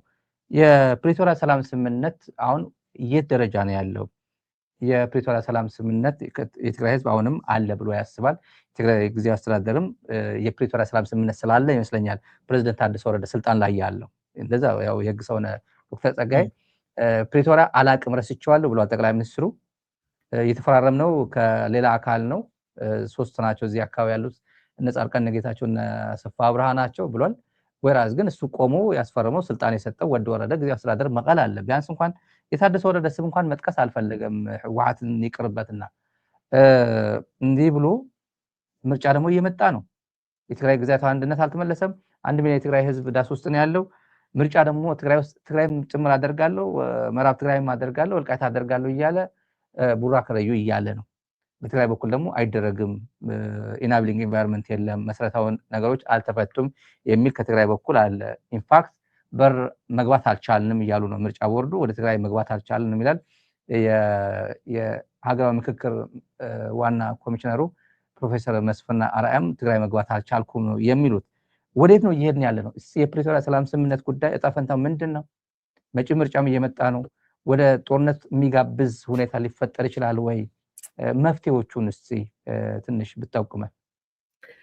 እንግዲህ የፕሪቶሪያ ስምምነት ለትግራይ ህዝብ የሰላም ሁክ ነው። ስለዚህ የትግራይ ህዝብ ለዳያሎግም ጭምር ከኢትዮጵያ መንግስት ጋር ግዴታውን እንዲያከብርም ብቸኛ ማስገደጃው የግንኙነት መስመር ያ ስምምነት ስለሆነ ለትግራይ ህዝብም ሆነ ለትግራይ አመራር በጣም መንጠላጠያው ብቸኛው ገመድ ነው። ኢትስ አ ላይፍ ላይን ቱ ቢ ኦነስት። ጦርነትን ለማስቀረትም ቢኮዝ ያ የፕሪቶሪያ ውል ሲዝፋየር ያመጣ ነው። በመሰረቱ ጦርነት ማስቀሪያ መሳሪያ ነው። በመሰረቱ ጦርነትን ማስቆም፣ ህዝቡ ጦርነትን አይፈልግም፣ መንግስቱ ጦርነትን አይፈልግም። ጦርነት እንዲቆም በምንም አይነት መንገድ በትግራይ ምድር ላይ ድጋሚ ሌላ ጦርነት እንዲካሄድ አይፈልግም። ስለዚህ ናቹራል ነው፣ ተፈጥሯዊ ነው። የፕሪቶሪያ ስምምነት አለ፣ መኖር አለበት፣ መተግበር አለበት ብሎ መጠየቁ በጣም የሚመቸው ስምምነት ስለሆነ አይደለም። ይዘቱ ብዙም አይመች ሁኔታ የሚቆረቁር ነገር አለ። ነገር ግን ጦርነት እንዳይነሳ ለማድረግ እና መሰረታዊ የነበሩ የተበላሹ ነገሮች ወደ ቦታቸው እንዲመለሱ ለማድረግ ለምሳሌ ተፈናቃዮች ወደ ቦታቸው እንዲመለሱ፣ ሁለተኛ የግዛቱ እንዲለቀቅ የተያዘበት፣ ሶስተኛ የበጀትና ሌሎች የከበባ ሁኔታዎች እንዲቀሩ አሁንም ሄድ መለስ አለ፣ በጀት እንይዛለን እየተባለ በየጊዜው እነዚህ አይነት ነገሮች እንዲኖሩ ያስገድዳል እና የፕሪቶሪያ ስምምነት አማራጭ የሌለው ጉዳይ ነው። መሰረታዊ ነው። ግዛት እንዲመለስ፣ ህዝቡ ወደ ቦታው እንዲመለስ፣ ጦርነት ደግሞ ተኩስ ደግሞ እንዳይነሳ። ችግሩ ታዛቢዎች እና አቀላጣፊዎች ነበሩ አይደለም እና አሜሪካና ኖርዌይ እና የአፍሪካ ህብረት እነዚህ ፋሲሊቴተሮች ጋራንቶርስ መሆን ነበረባቸው። ያልፈጸመው አካል ማስገደድ የሚችል ዋስትና ሰጪ ማለት ነው። ስምምነቱ ባይፈጸም እንደዚህ አይነት ቅጣት ይመጣብሃል፣ ይሄንን የሚያስፈጽመው ደግሞ እከሌ ነው፣ የአፍሪካ ህብረት ነው፣ የተባበሩት መንግስታት ድርጅት ነው፣ ዩኤን ሴኩሪቲ ካውንስል ነው የሚል ወይ ደግሞ የአሜሪካና የኖርዌይ መንግስታት ናቸው፣ የአውሮፓ ህብረትና አሜሪካ ናቸው የሚል ነገር ቢኖር ኖሮ ያለ ይመስል ነበር። መጀመሪያ ላይ እንደዛ ነበር መረዳው። አሁን እየቆየ የወጣው ነገር የአሜሪካ መንግስት እና የኖርዌይ መንግስት እና የአፍሪካ ህብረትም ኬንያም የፋሲሊቴተር ሮል ነው የነበረን ነው የሚሉት። አቀላጣፊ ነበርን እንጂ ሰዎቹ ነገሩን እንዲጨርሱት የማቀላጠፍ ነገር ነው እንጂ ጋራንቶር ዋስትና አይደለንም የሚል። አሁን ዋስትና እንደሌለው ሲያውቅ ከዛም በላይ ደግሞ በወቅቱ አደራዳሪ የነበረው የውጭ ጉዳይ ሚኒስቴር ሴክሬታሪ ብሊንከን አሁን እነ ማይክ ሀመር በዛ ቦታ ስለሌሉ ይሄኛው መንግስት ገና ኦፒኒየን ፎርም አላረኩም ሲል ነበር ለረጅም ጊዜ በኢትዮጵያ ጉዳይ ላይ። አሁን ደግሞ የምታየውን የቪዛ ጉዳይ ምናምን አንስተዋል። ሀገሪቱ ኢትስ ኦኬ ነው፣ ካሁን በኋላ ቴምፖራሪ ፕሮቴክሽን አንሰጥም ምናምን የሚል ደረጃ ደርሰዋል። የኢትዮጵያ ጉዳይ እዛው የራሱ ጉዳይ የማለት ነገር ይመስላል። ይሄንን አድቫንቴጅ ወስዶ አብይ የልጅ ነገር ነው መባል የሌለበት ነው በእውነቱ። ዶክመንቱ አለ፣ ከህዋት ጋር ነው የተደራደረው። እዚህ መጥቶ ከግለሰቦች እንጂ ከህዋት ጋር አልተደራደርኩም ምን ያመጣሉ የሚል ስሜት ነው እንጂ ማናለብኝነት ስሜት ነው እንጂ ይሄ የተጻፈ ነገር ነው፣ የተሰነደ ነገር ነው፣ በዓለም አቀፍ ተቋማት እጅ ያለ ነገር ነው። ይሄንን ማለቱ እውነት ለመናገር ህጋዊ በህግ ምንም ትርጉም ያለው ነገር አይደለም። የፖለቲካ ብሽሽቅ ንግግር ሊሆን ይችላል። ተስፋ ለማስቆረጥ ሰዎችን ለማናደድና ወደ ኃይል ተግባር እንዲገቡ ለማድረግ ወደ ጦርነት እንዲገቡ ለማድረግ ሊረዳ ይችላል እንጂ በህግ ግን ሰነዱ ያለ ነገር ነው። እሱም ያውቀዋል፣ አፍሪካ ህብረት ያውቀዋል፣ የአሜሪካ መንግስት ያውቀዋል፣ ኖርዌይ ያውቀዋል፣ የኬንያ መንግስት ያውቀዋል። ምንም ግን በብሽሽቅ አይነት ፖለቲካ ተስፋ የማስቆረጥ ትውልዱን የፕሪቶሪያ ስምምነት አላውቀውም። እነዚህ ሰዎች ጋር ነው የተስማማሁት፣ እነሱ ደግሞ ከሱ ጋር ያሉትን መርጦ እነዚህ ጋር ነው የተስማማሁት እያለ ነው። I don't think that's in fact በዛ አካሄድ ከተካሄደ ያን ስምምነት አልፈርምም ብሎ 2 ጊዜ ከጠረጴዛ የተነሳው ጌታቸው ረዳ ነበር። በስልክ ተደውሎ ነው እስቲ ምናልባት የተወሰነ ሰው ነፍስና ተርፍ ይሆናልና ለማንኛውም የተባለውን ነገር ፈርማችሁ ነው ሲባል ነው የፈረመው። እንዲሁም ከተባለ እሱ እንደሚለው ከሆነ እንዲሁም ጌታቸው ለመፈረም ዝግጁ አልነበረም በወቅቱ። ዛሬ በተለያዩ ችግሮች ምክንያት ከሱ ጋር ቢቆም እንኳን ማለት ነው ጌታቸው አንድ ቀን ይሄንን በግልጽ ይጽፈዋል ብዬ አምናለሁ። በወቅቱ ግን የነበረው ሁኔታ ጌታቸው 2 ጊዜ ያንን ቴብል ረግጦ ተነስቷል። ከአቅም በታች ሆነውበት ለንግግር ራሱ ማለት ነው ተደራዳሪዎቹ ከአቅም በታች የኢትዮጵያ መንግስት ተወካዮች እና እስቲ ተው እየተባለ ማለት ነው። ከነዚህ ጋር ነው የተደራደርኩት ምናምን እሱን የልጅ ጨዋታ ስለሆነ ኢቭን ይሄ እውነት ነው አይደለም የሚለው ክርክር ውስጥ መግባት የለበትም የትግራይ አመራር አሁን ያለው። እናም በጣም መስከን ያስፈልጋል። በብስጭት አንዳንድ እርምጃዎች እንዲወሰዱ የመተናኮል ነገር ይመስለኛል። ብስለት ያስፈልገዋል። በጥንቃቄ ማየት በተቻለ መጠን አንድ ሚሽን ብቻ ነው አሁን በትግራይ ያለ አስተዳደር ያለበት ኃላፊነት፣ በምንም መንገድ የትግራይ መሬት ላይ ጦርነት እንዲነሳ አለማድረግ። ጦርነት ቢነሳ በተለያየ ምክንያት የትግራይ መሬት ላይ እንዳይሆን የማድረግ ኃላፊነት ነው ዋናነት ቀዳሚው ተግባሩ ማለት ነው። ከዛ በመቀጠል ነው ሌላው ነገር ሁሉ የሚመጣው። የፕሪቶሪያን ስምምነት ለማስፈጸም ለማስተግበር ማስገደድ አይችልም የትግራይ መንግስት። ፓርትነር ነው የስምምነቱ። ያንን ብቸኛው ላይፍ ላይን ስለሆነ ብቸኛው ፍኖተ ካርታ ስለሆነ እሷ ላይ መጠምጠሙ የግድ ነው። ነገር ግን በአንድ እጅ ማጨብጨብ ይሆናል። በዛ በኩል ኦልሬዲ ተጥሷል ብቻ ሳይሆን ተጥሏል። ጋራንቶር ቢኖር ኖሮ ይህንን መንግስት አንገቱን ይዞ እንዲተገብር ያስገድደው ነበር። ጋራንቶር ስለሌለ እንደ ልቡ ሆኗል። የአሜሪካ መንግስት ኢንትረስትድ አይደለም። የዩሮፒያን ዩኒየን በቃ ሰው መገዳደል አቁሟል፣ ስለዚህ ጨርሰናል አይነት ነገር ብሏል። እንደዚሁ እየተነታረከ እንዲቀጥል ነው የሚፈልጉት። ኦኬ፣ የኬንያ መንግስት ለራሱ የተዋከበ መንግስት ነው። ሶ በዚህ ሁኔታ ውስጥ ጋራንቶር ስለሌለ እነዚህ የትግራይ ኃይሎችን ወደ ጦርነት የመተናኮል ነገር ነው ያለው። የትግራይ ባለስልጣናት በትዕግስት መቀመጥ አለባቸው። በተቻለ መጠን ጦርነት በክልላቸው ውስጥ እንዳይካሄድ ማድረግ አለባቸው። ጦርነት ከተፈጠረ ግን ጦርነት ከተነሳ ግን ግዴታቸው የሚሆነው አሁንም በፕሪቶሪያ ማዕቀፍ ውስጥ ነው የተያዘባቸውን ግዛት ማስመለስ። ኦኬ፣ አንደኛ ህዝቡን ነገሮችን አመቻችተው አስተካክለው ወደ ነበረበት ቀዬው መመለስ። ለስንተኛ ዓመት አሁን በሜዳ በክረምት ማሳለፉ በጣም ልብ የሚሰብር ነገር። ህዝቡን መመለስ፣ ህይወት በተረጋጋ መንገድ እንዲቀጥል ማድረግ። በዛ ጦርነት ሊደረግ ይችላል። የግድ የሚመጣባቸው ጦርነት ካለ እነዚህን የማድረግ ነው ዓላማው የሚሆነው ማለት ነው። መመከት ብቻ ሳይሆን እነዚህ ነገሮች በጉልበት፣ ምክንያቱም የፕሪቶሪያ ስምምነትን አልቀበልም ካለ ጨዋታው the rule of the game is changing now. so ይሄ አማራጭ፣ ይሄ ግን እኔ ማልፈልገው አማራጭ ነው። አም ሹር የትግራይ መንግስት ሰዎችም በፍጹም የሚቀበሉት ነገር አይደለም።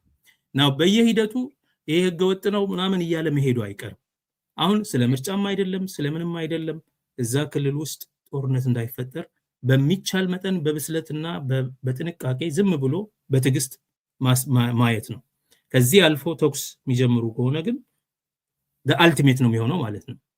ግዛቱን ማስመለስ፣ ህዝቡን መመለስ፣ የሚያስፈልጉ ሌሎች የትግራይ ክልል ጉዳዮችን ሁሉ ማስፈጸም ግዴታው ይሆናል። ናው አንፎርቹኔትሊ ጦርነት ስለማትፈልግ ለጦርነት መዘጋጀት አለብህ።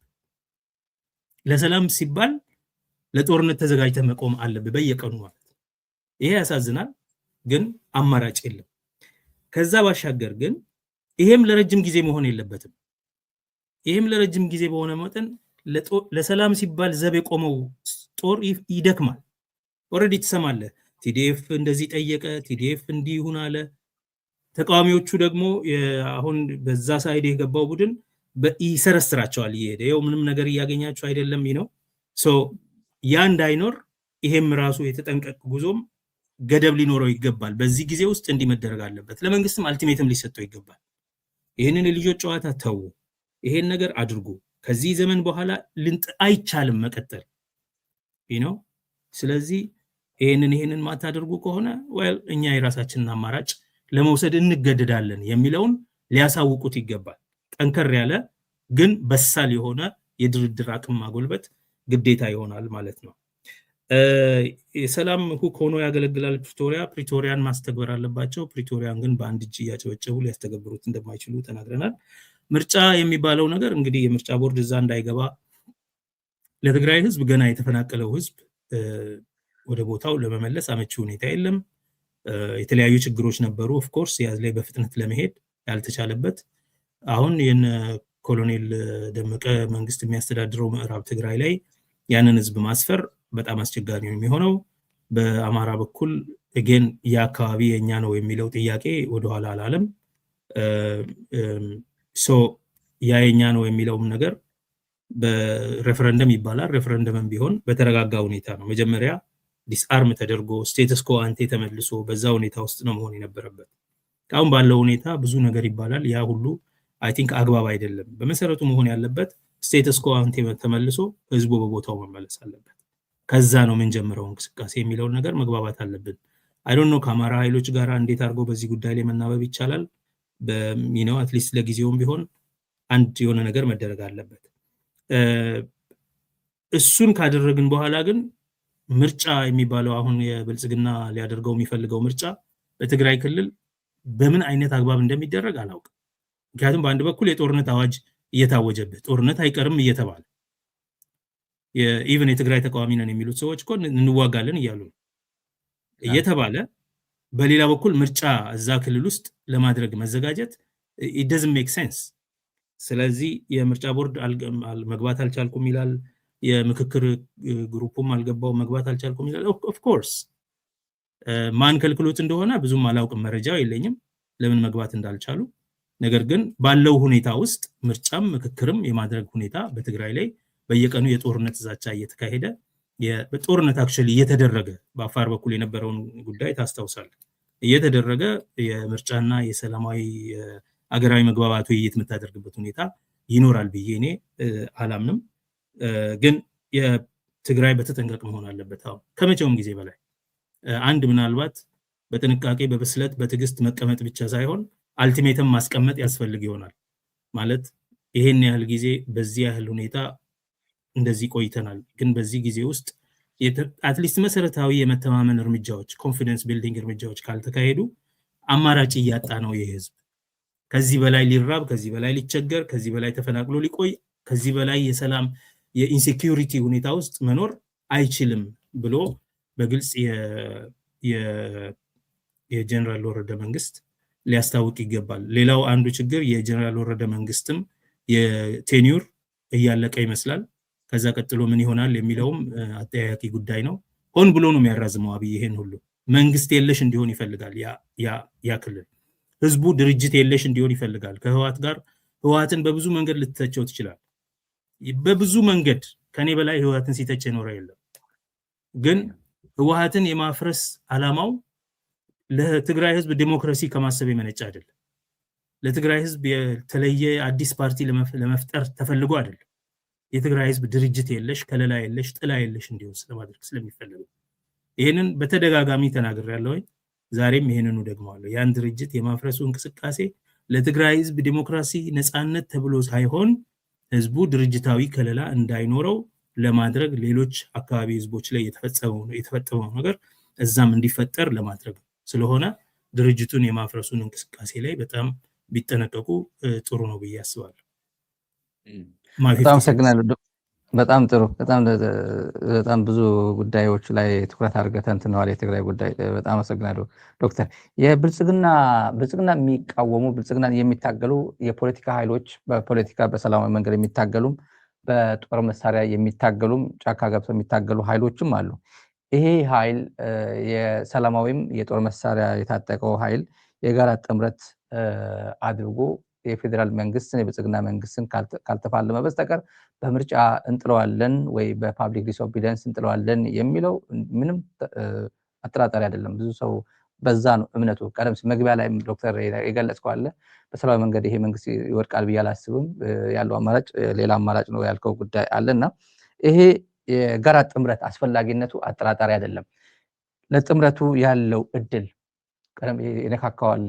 የትግራይ ኃይሎች ከአማራ ኃይሎች፣ ከኦሮሚያ ኃይሎች፣ ከአፋር ኃይሎች ሌሎችም ጋር ሆነው በሰላማዊና የታጠቁ ኃይሎች በጋራ ተናበው አጌንስት ሴም ይሄ ፌደራል መንግስት የሚያደርጉት ጥምረት ያለው እድልና ፈተና እንዴት ነው የምትተነትነው? ያለው እድል ከፈተናው ጋር የመናበቡ ጉዳይ ያለ ነው በሁለት ምክንያት። አንደኛ ጥቃቱ ሁሉም ላይ ያነጣጠረ ነው። ሁለተኛ የጥቃቱ ምንጭ አንድ ነው፣ ብልጽግና። ሁላችንም አንድ ኃይል የሚያጠቃን ከሆነ ሁላችንም ላይ ተመሳሳይ ጥቃት እየደረሰ ከሆነ እኛ ደግሞ ድርጊቶቻችንን ፕሮግራሞቻችንን በሙሉ ማናበብ ብዙም ትብብር እኮ አይደለም የሚጠይቀው፣ ማናበብ በቂ ይሆናል። ሁላችንም ላይ ጥቃት ሲካሄድ አንዱ የሚያደርገው ነገር በሁላችንም መካከል ደግሞ መግባባት እንዳይኖር ማድረግ፣ እርስ በርስ እንዳንተማመን እንዳንነጋገር ማድረግ ነው። የነሱ ሚዲያ ልክ ሲያትል ላይ አንድ የኦሮሞ ፖለቲካ ኃይሎች ተገናኙ ሲባል ትንተና ሲያደርጉ ነበር፣ ፕራይም ሚዲያ የሚባልና እነዚህ ሰዎች ደግሞ አይነጋገሩም፣ እንደዚህ ናቸው እንደዛ ናቸው ምናምን ሲሉ ነበርና ደን ተገናኘን። ሰው ሁሉ ጊዜ ትንተናቸው ምንድነው? እከሌና እከሌ አይዋደዱም፣ እከሌና እከሌ የማጋጨት ስራ ነው የሚሰሩት። ከሌሎችም የፖለቲካ ኃይሎች ከአማራ ፋኖ ከሌሎች ኃይሎች ጋርም አይናገሩም፣ አይነጋገሩም፣ አይናበቡም እንደዚህ ምናምን ይላሉ። ያንን ተረድተውታል እነሱ። ዋና ችግራቸው የተቃዋሚዎቻቸው አንድነት፣ ህብረት፣ መተባበር፣ መናበብ እንደሆነ በደንብ ገብቷቸዋል። በጣም ነው ብርክ የያዛቸው ያን ጊዜ። እኔ እንዲሁም ሰው ስለተነጋገረ ምን ይፈጠራል ብለው ነው ምናምን ብዬ ሁሉ ገርሞኝ ነበር። ምን ይፈጠራል ብለው ነው ስልጣን ምንጥቃቸው መሰላቸው እንዴ በዚች መነጋገር ብዬ ሲገርመኝ ነበርና እነሱ ገብቷቸዋል። ደካማ ጎናቸው እሱ ነው። ስለዚህ ያንን በህዝቦች መካከል፣ በቡድኖች መካከል፣ በተለያዩ የፖለቲካ ኃይሎች መካከል ያለን መቃቃር እንደ ግብአት አድርገው ነው የሚጠቀሙት። የፖለቲካ ስሌታቸው አካል their political equation ማለት ነው። ስለዚህ ለመናበብ ግን በጣም ሰፊ እድል አለ አሁን። ምክንያቱም ከአንድ ቦታ የሚመነጭ ጥቃት አለ። ኢቭን ሆሪዞንታል ግጭት ከአንድ ቦታ ነው የመነጨው። የአማራ ሸኔ አለ፣ የኦሮሞ ፋኖ አለ፣ ነው መንግስት የሚያደራጀው ማለት ነው። ኢቭን በእነሱ መካከል ያለው ግጭት መንግስት የሚፈበርከው እንደሆነ ግልጽ ሆኖ እየታየ ቀደም ሲልም ደግሞ ዩናይትድ ፍሮንት በሚል ከቲዲኤፍ ኦላ እና ሌሎች የታጠቁ ኃይሎች ወደ 9 10 11 የሚሆኑ አንድ ላይ ነበሩ። ያ ህብረት የፕሪቶሪያ ስምምነት ፕሮቶኮል አስገድዶት ትግራይ ዝም እንዲል አደረገው እንጂ ህብረቱ አልፈረሰም። ይሄም አንድ ቤዝ መሆን ይችላል በትጥቅ ለሚታገሉ ኃይሎች። በትጥቅ የሚታገሉና በሰላማዊ መንገድ የሚታገሉ ሰዎች ምን ያገናኛቸዋል ካልክ ለሰላም ቅድሚያ መስጠት። ትጥቅ የያዙት ሰዎች ጦረኛውን መንግስት በማንሳት የጦርነትን ምንጭ ለመንቀል ለሰላም ሲባል የመጨረሻ ጦርነት እንዲያደርግ፣ ሰላማዊ ፖለቲካ የሚሉት ደግሞ ይሄ መንግስት በሰላማዊ መንገድ በምርጫ ስለማይሄድ አትሊስት ቀጥታ ተቃውሞ ለማካሄድ የቀጥታ ተሳትፏዊ ዴሞክራሲን ለማሳየት እንዲቻል ከተቃዋሚ ኃይሎች ጋር በጦርነት በመሳሪያ የሚታገሉ ኃይሎች ጋር የመናበብ ተግባር ለማድረግ እድሉ ተከፍቷል። ምክንያቱም በሰላማዊ መንገድ የሚሉት መታገል አይችሉም። በጦር በኩል ያሉት ኦልሬዲ ቆርጠዋል። ስለዚህ የጋራ አጀንዳቸው ምንድነው? ሰላም ይሆናል ማለት ነው። ጦረኞቹም ለሰላም፣ ሰላማዊ ፖለቲካም ውስጥ ያሉት ለሰላም። ምክንያቱም ጦርነት ስለሆነ ነው። ፖለቲካ ኢትዮጵያ ውስጥ ቅድመ ፖለቲካ ሁኔታ ነው ያለው ነው ማለት። እኔ በዚህ ጦርነት ሁኔታ ውስጥ ፖለቲካ ልናወራ አንችልም። ይሄ ጦርነት ሲቆም ደግሞ ፖለቲካ ከማውራታችን በፊት ፍትህ ነው ማውራት ያለብን። ፖለቲካ ማለት እንዴት ማንን አሳምኜ ስልጣን ይዛለው የሚል ባይዘው። ፖለቲካ ማለት ስልጣን የመያዝ የመጠቀምና የመቆጣጠርን መንገድ ማመቻቸት ማለት ነው።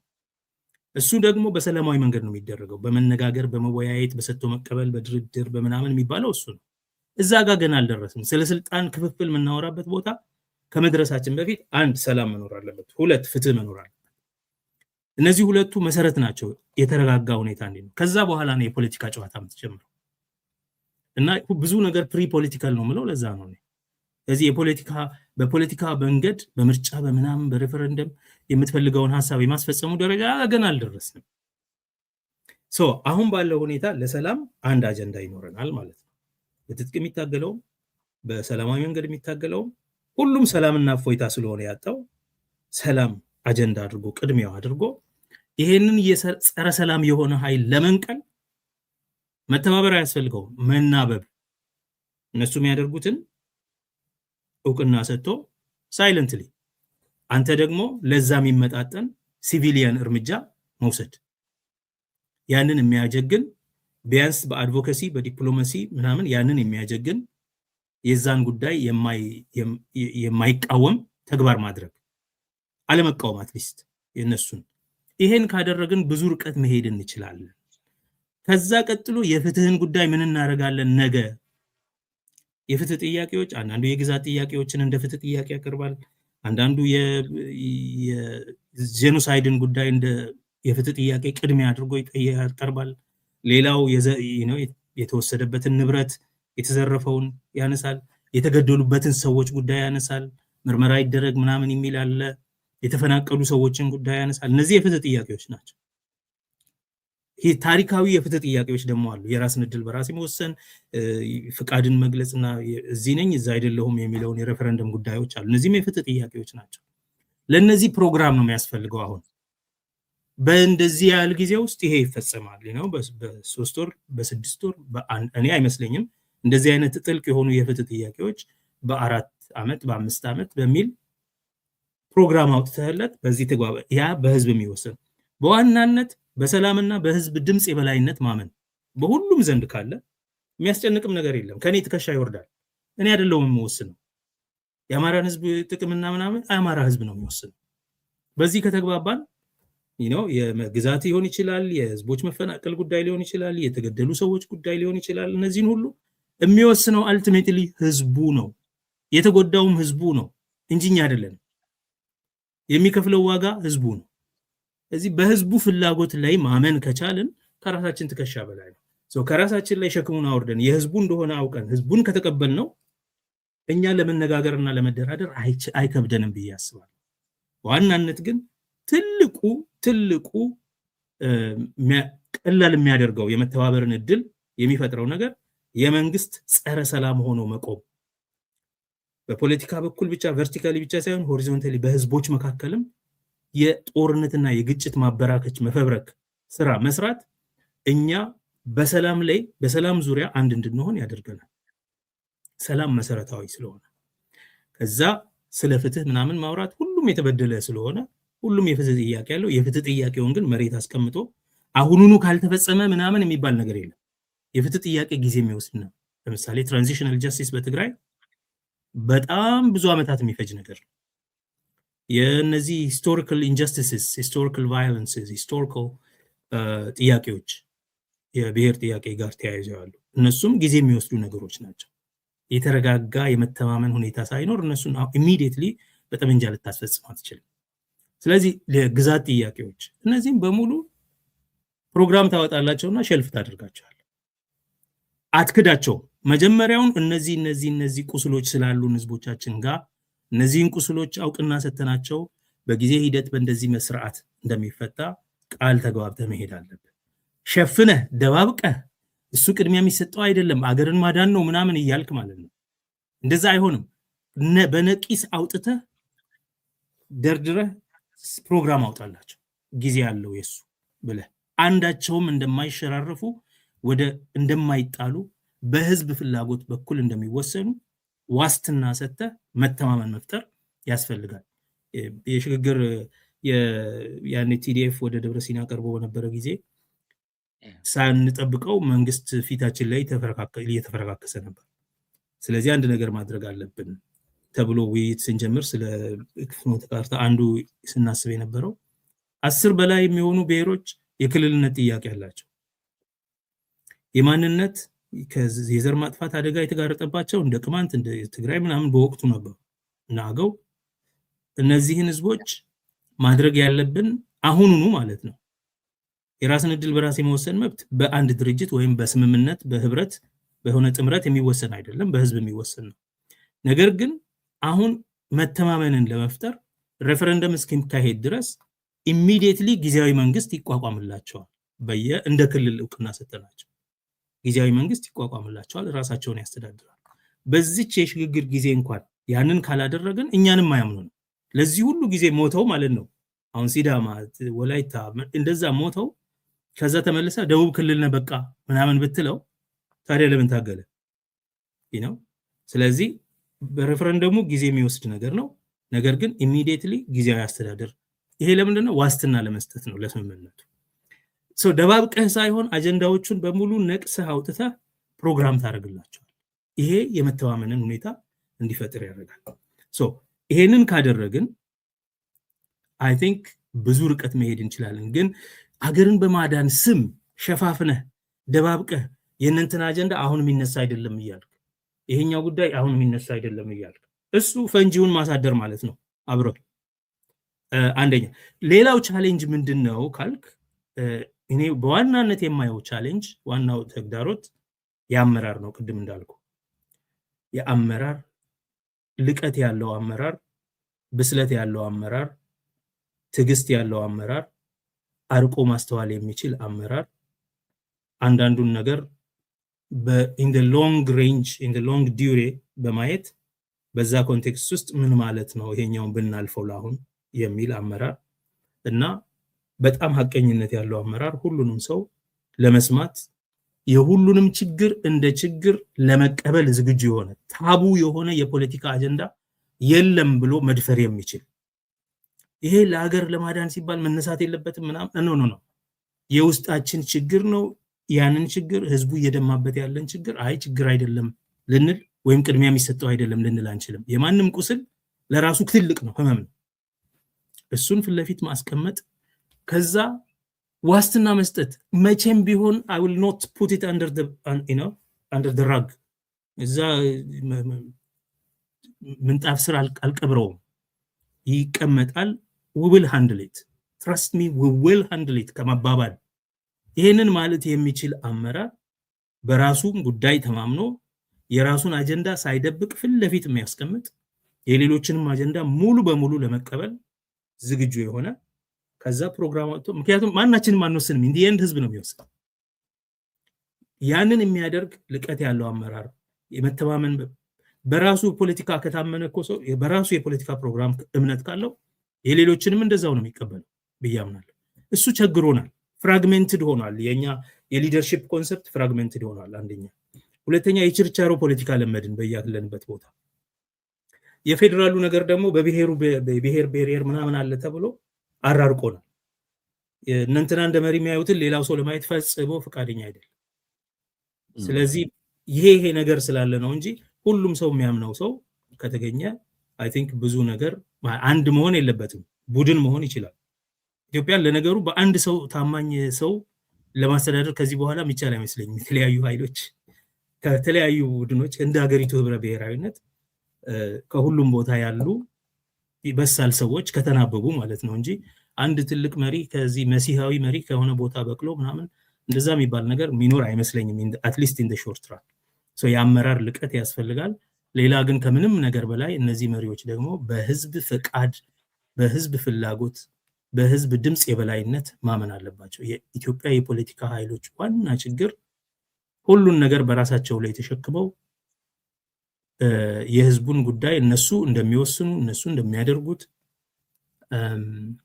አድርገው ያስባሉ የህዝብን ፍቃድ ይፈራሉ እና ለህዝብ ፍቃድ ፍላጎት ኤክስፕሬሽን ለመስጠት ፍርሃት አለ ያንን ከራሳችን ላይ ካስወገድን I think that's the basic ዴሞክራሲያዊነት ማለት ይሄ ነው ያንን ካስወገድን ብዙ ርቀት መሄድ እንችላለን ብዬ አስባለሁ so ዋና ችግራችን ይሄ የአብይ የማጠላለፍና የማባላቱ ስራ አለ የአመራር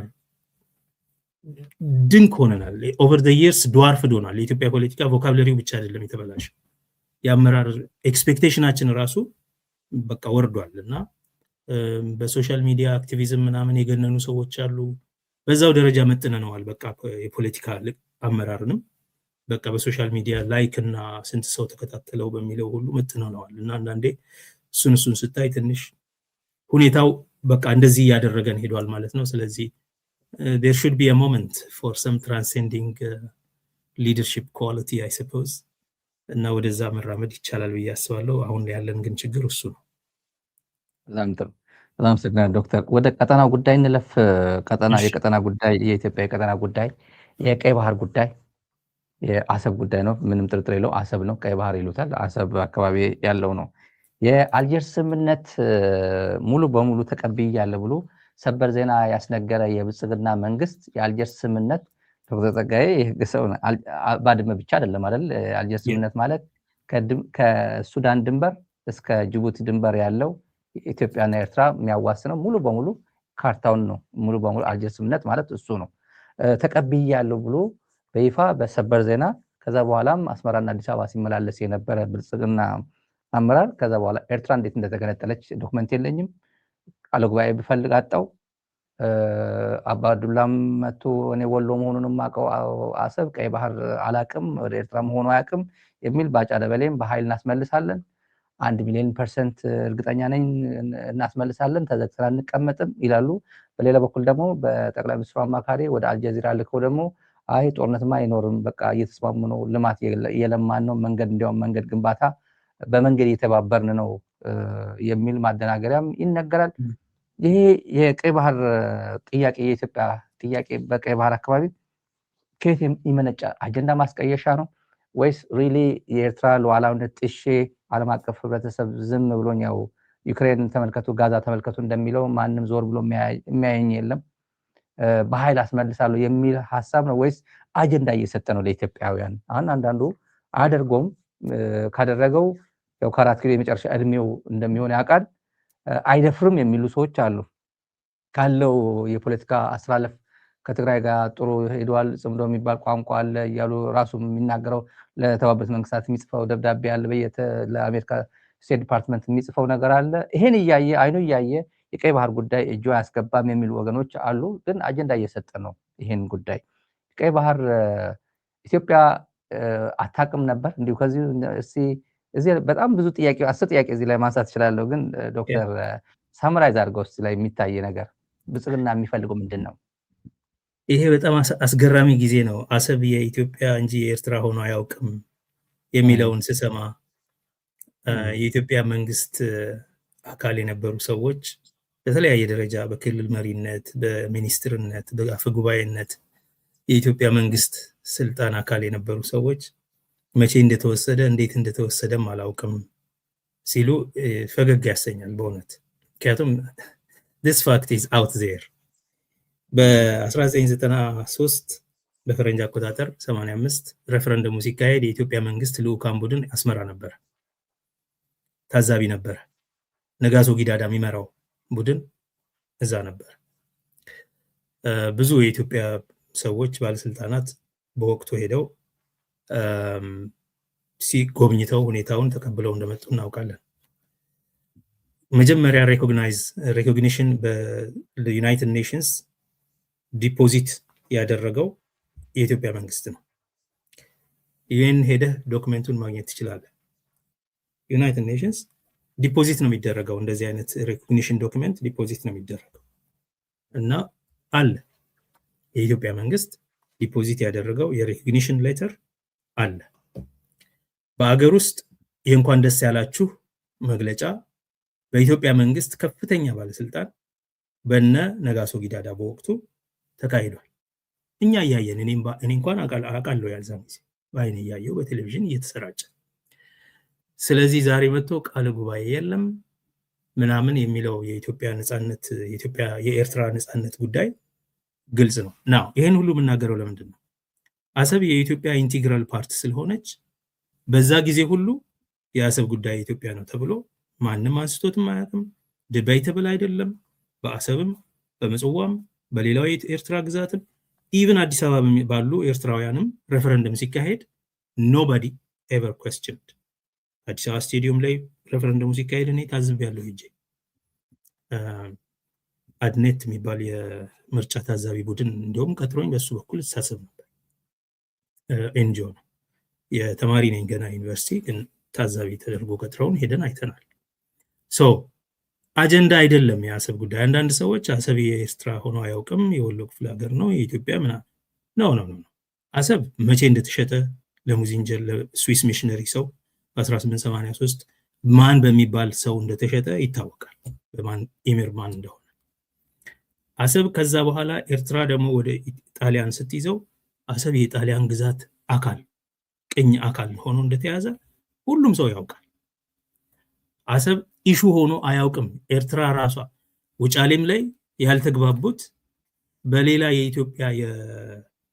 የኢትዮጵያ ፕሬቶክተሬት ነች የጣሊያን ወይስ ነፃ ሀገር ነች የሚለው ላይ ነው እንጂ የኤርትራ ግዛት ጉዳይ በግዛት ጉዳይ አልተጣሉም። የውጫሌም ጦርነት ወደ አድዋም ሲካሄድ በዚህ አልተጣሉም። ኤርትራን እንደ ጣሊያን ግዛት ሲቀበሉ አፄ ምኒልክ መንግስት አንድም ቀን አሰብ የኛ ነው ምናምን የሚል ጥያቄ አንስተው አያውቁም። ተነስቶም አያውቅም ይሄ ጉዳይ። ይልቅ በ1945 ጣሊያኖቹን እንግሊዞቹ በ41 ካባረሩ በኋላ ማለት ነው የኤርትራ ጉዳይ ምን ይሁን ሲባል ኮሚሽን ተመስርቶ በዩናይትድ ኔሽንስ በረሃው ቆላው አካባቢ ወደ ሱዳን ወይም ነጻነት ይላል፣ ደጋውና ክርስቲያኑ አካባቢ ከኢትዮጵያ ጋር ይላል ምናምን የሚል ዩኤን ደግሞ ኢኮኖሚክ ቫያቢሊቲ ችግር አለ ምናምን ብሎ አናላይዝ ካደረገ በኋላ ለክርክር ሲቀርብ የኢትዮጵያ መንግስት ተወካዮች እና አክሊሉ ሀብተወልድ የባህር በር ስለሚያስፈልጋት ኢትዮጵያ የሚል ክርክር አንስተዋል። የባህር በር ስለሚያስፈልጋት የሚል ላንድ ሎክድ ስለሆነ የሚል ጥያቄ አንስተዋል። የባለቤትነት ጥያቄ አይደለም። ላንድ ሎክድ ስለሆነን ወደኛ ነው መቀላቀል ያለባት፣ እናት ሀገሯ ነች፣ ባህላችን፣ ሃይማኖታችን፣ ቋንቋችን አንድ ነው ምናምን የሚል ነገር አውርተዋል። ኦፍ ኮርስ ግን ከየትኞቹ ጋር ነው ባህላችን፣ ቋንቋችን አንድ ነው? እሱ ሌላ ጉዳይ ነው። አት ኤኒ ሬት ይሄንን አንስተዋል። ከዛ በኋላ ሬፈረንደም ይካሄዳል ሲባል ከኢትዮጵያ ጋር እንሆናለን፣ ተበታትነን በተለያየ ቦታ እንቆማለን፣ ግማሹ ወደ ኢትዮጵያ ግማሹ ወደ ሱዳን፣ ወይስ ደግሞ ነፃ ሀገር እንሆናለን የሚለው ጥያቄ በሬፈረንደም በሚወሰን ጊዜ የኢትዮጵያ መንግስት ካምፔይን አድርጓል። ኤርትራ ጋር ካምፔይን ሲያደርግ የተለያዩ በቤተክርስቲያን በኩል የተለያዩ ወረቀቶችን አስገብቶ ሰዎችንም ጭምር ኢትዮጵያዊ ካሞት ከሚለው ግሩፕ ጋር እንዲወስን ሰዎችን አስፍሮ እንዲካሄድ አድርጓል። ወሎ ነው ሊባል ካስፈለገው የሚያስፈልገው ማን መሰለ? የጅቡቲ ጉዳይ። ጅቡቲ በ1978 ከፈረንሳይ በስምምነት ስለሆነ ሄደችው የባቡር ሀዲዱን ለመስራት ከፈረንሳይ ጋር ተዋውለው ማለት ነው። ከምኒልክ እስከ 1978 ድረስ ነው የተዋዋሉት። 78 በፈረንጅ አቆጣጠር 79 በፈረንጅ አቆጣጠር ሊያልቅ ሲል ገና ሰባዎቹ ውስጥ አፄ ኃይለ ሥላሴ ምን ማድረግ ጀምረዋል? ብዙ ወሎዬዎችን እያፈሱ ጅቡቲ ያሰፍሩ ነበር። ምክንያቱም ኢን ዲ ኤንድ በሬፈረንደም መምጫዋ ጊዜ ስለደረሰ ብለው ማለት ነው። ዲሞግራፊ እየቀየሩ ነው። ኤግዛክትሊ እንደዛ ተደርጎ ያውቃል በጅቡቲ። በአሰብ ግን it has never been an issue at all ሆኖ አያውቅም። የባህር በር ጥያቄ አለ፣ ከሱ ጋር ተያይዞ የሚነሳ የወደብ ጥያቄ ማለት ነው። እኛ ላንድ ሎክድ ነን፣ በዛ ምክንያት ተጎድተናል። አሁን ያ ትውልድ ለምን እንደዛ እንደሚል ይገባኛል። ምክንያቱም መሳሪያ ከፈረንጅ እንኳን ገዝተው ለምነው ምናምን ሲመጣ ልክ አሰብ ፖርት ሲደርስ አሰብን የያዘው ጣሊያን መሳሪያቸው ይወሰድባቸዋል። በዛ ነው ማይጨውን የተሸነፍ ነው የሚል ትልቅ ብሶት አላቸው። መሳሪያችን እንዲዘገይ እየተደረገ እንዳይገባ እየተደረገ ከዛን ጊዜ ጀምሮ ያለ ባህር በር ዋጋ የለንም የሚል ከባድ ብሶት አላቸው። አይ አንደርስታንድ ዳት ኦኬ። ነገር ግን ከኤርትራ ዴስቲኒ ጋር ተያይዞ የአሰብ ጉዳይ ሲነሳ ጥያቄ ውስጥ ገብቶ አያውቅም። ሬፈረንደሙም ጊዜ በድሮም በዩኤኖቹም ጊዜ በጣሊያኖቹም ጊዜ አሰብ የኤርትራ ግዛት መሆኑ ደግሞ ኤትኒካሊ ካየው የአፋር ህዝቦች ግዛት መሆኑ አፋር በሶስት ሀገር ተበትኖ ያለ ህዝብ ስለሆነ ማለት ነው መሆኑ ማንም ሰው ጥያቄ ውስጥ በኢትዮጵያ ሉዓላዊነት ስር ግን አድሮ አያውቅም። እኔ አሁን እየተነሳ አዋቂውም አላዋቂውም ፖለቲከኛውም ተርታውና ተራውም ሰው አሰብ የኤርትራ ሆኖ አያውቅም ሲል እንዴት ያለ ድፍረት ነው? ግራ እየገባኝ ይመጣል። እና አንዳንዴ ይሄን መናገር ይቻላል። ካርታውን አሁን የሚወቅቱት ህወሓት ነው ኃላፊነቱ ለህወሓት ነው እየሰጡ ያሉት አሁን። አዎ እና እነመለስ ናቸው በግል የሰጡት አይነት ነገር ነው ነው። እነመለስ የኤርትራ ጥያቄ ላይ ተግባብተዋል። ልክ ነው። የኤርትራ ጥያቄ እንደማንኛውም በ1960ዎቹ በተማሪዎች እንቅስቃሴ ውስጥ እውቅና እንደተሰጠው የቅኝ ግዛት ጥያቄ ነው ተብሎ የነሱ ተይዟል። የሌሎች የብሔር ጥያቄዎች አሉ። የማንኛውም ህዝብ ደግሞ መብቱ የሚከበረው የራስን እድል በራስ በመወሰን ነው ተብሏል። ይሄንን ተቀብለው ነው ወደ ትግል የገቡት። ይሄ የመናበባቸው ዋና ምክንያት ነው። ብዙ ከሻዕቢያ ጋር የማይስማሙት ነገር እያለው ቲፒኤልኤፍ ማለት ብዙ የሚያጋጨው ነገር የማይተማመንበት ነገር እነዚህ ኢምፔሪያሊስቶች ናቸው እስከማለት ድረስ የተዳረሱበት ሁኔታ አለ። ግን የኤርትራን ህዝብ አስፒሬሽን ግን መቼም ቢሆን ማፈን የለብንም። የመርህ ጉዳይ ነው የሆነባቸው። በተባለው መሰረት 2 ዓመት በትራንዚሽን አብረን እንኖራለን፣ በ2 ዓመት ጊዜ ውስጥ ሬፈረንደም ይካሄዳል፣ ትራንዚሽኑን ግን ከኛ ጋር ናችሁ ብለው ነው የገቡት አዲስ አበባ ሲገቡ። ትራንዚሽኑ ኮንፈረንስ ላይ ግን ኢሳያስ እኔ ታዛቢ ነኝ ብሎ ባልኮኒ ላይ ነው የተቀመጠው። እኔ ነፃ ሀገር መስርቻለሁ፣ እናንተ ጋር ታዛቢ ነኝ እንጂ አካል የእናንተ ፓርት አይደለሁም ማለት they feel bad about that የቲፒኤልኤፍ ሰዎች በወቅቱ የነበሩ ሰዎች ይሄ እንደ መከዳት ነው የሚቆጥሩት። ለማንኛውም የኤርትራን ህዝብ ፍላጎት ማቀብ አይቻልም፣ በመርህ ደረጃ የተቀመጠ ጉዳይ ነው። እነዚህ ሳይሆኑ የሃፓ የምናምን መሪዎች የተቀበሉት ጉዳይ ነው። ድሮ አይደለም እንግዲህ አንድ ኢትዮጵያ አንድነት ምናምን የሚለው ቡድን ማለት ነው። ማንኛውም ተራማጅ ኃይል የተቀበለው ጉዳይ ነው። ስለዚህ በወቅቱ ሬፈረንደም ይካሄዳል። በሬፈረንደሙ ላይ ተስማምተዋል። በሬፈረንደም ደግሞ ከኤርትራ ጉዳይ ላይ ብቻ ሳይሆን በኢትዮጵያም ውስጥ ላሉ ብሔሮች የራስን እድል በራስ የመወሰን ጉዳይ በህዝብ ጥያቄ ከሆነ ተብሎ በቻርተር ውስጥ ተቀምጦ በኋላም በህገ መንግስት የጸና ጉዳይ። እስቲ አስብ፣ ሙርሲ የራሱን እድል በራሱ መወሰን ይችላል ያለ መንግስት እንዴት ነው ኤርትራ የራሱን እድል በራሱ መወሰን አይችልም ሊል የሚችለው? በምን አይነት ሎጂክ ነው? it just doesn't make sense። ይሄ ናሽናል ሊበሬሽን ፍሮንት የመራ ኃይል ይሄንን አይደለም እሱ አይደለም የትግራይ መሪዎች የህወሓት መሪዎች ሌሎቹ እነ ሌንጮሽ አይሉም ነበር እንዲህ ያለ ነገር ቢነገር። ህዝቦች መወሰን የለባቸውም ማለት አይችሉም። ዋናው ነገር ህዝብ መወሰኑ ነው። ሌሎቹም ኢቭን በኋላ የኢትዮጵያ ጠበቃንን እያሉ የሞቱት እና አሰፋ ጨቦ የዛን ጊዜ ነበሩ እዛ የሽግግር መንግስት። እነሱም እንኳን ያንን መቃወም አይችሉም። ምክንያቱም በተማሪ እንቅስቃሴ ጊዜ ይሄ ትክክል ነው ብለው ያምኑ ስለነበር ማናቸውም ብዙ ተራማጆች ተሰውተዋል እኮ በዚህ ጉዳይ ላይ አብረዋቸው የዘመቱ አሉ እኮ የአፓ ልጆች ኤርትራ በረሃ ውስጥ አብረዋቸው የተዋደቁ አሁንም አሉ ዲሲ አካባቢ እና አብዩ ብርሌ ምናምን የሚባሉ ልጆች ማለት ነው። እነዚህ እስካሁንም ያወራሉ ጽሁፋቸውንም ህይወት ታሪካቸውን እየጻፉ ማንም ሰው በዚህ ላይ ምንም በኤርትራ ጉዳይ እንዲሁም ይልቅ በሌሎቹ የብሔረሰቦች ጥያቄዎች ላይ ጥያቄ አላቸው እና ያባ በኤርትራ ጉዳይ ላይ ግን ጥያቄ በኤርትራና በኦጋዴን ጉዳይ ማንም ሰው ጥያቄ ኖሮት አያውቅም። የኤርትራ ጉዳይ የቀኝ ግዛት ጥያቄ ነው። የቀኝ ሀገሮች ነፃ ሲወጡ ነፃ መውጣት የነበረበት ሀገር ነው። እድሉ አልተሰጠውም የሚል ስሜት አላቸው። ሌላው ሲፈቀድለት የነዚህ አልተፈቀደላቸው። ኮሚሽኑ አጥንቶ በአሜሪካ ኢንፍሉዌንስ ነው ወደ ኢትዮጵያ የገቡት። አሜሪካ ምንድነው ያተረፈው ከሱ? ቃኘው ሻለቃ ቃኘው ሚሊተሪ ቤዝ አገኙበት። ገብተዋል። ኤርትራን ከነዚህ ጋር ቀላቅለው ሚሊተሪ ቤዝ እነሱ ደግሞ አገኙበት። that was the whole international አሁንም ይሄ ዓለም አቀፍ ነገሩ የዛ ቀጣናው ላይ በጣም አስፈላጊ ነው። ማንኛውም የፖለቲካ ኃይል ማሰብ አለበት ማለት በዚህ ምክንያት ነው።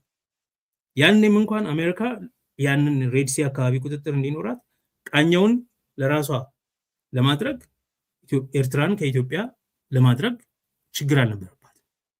the global politics ultimately forced it።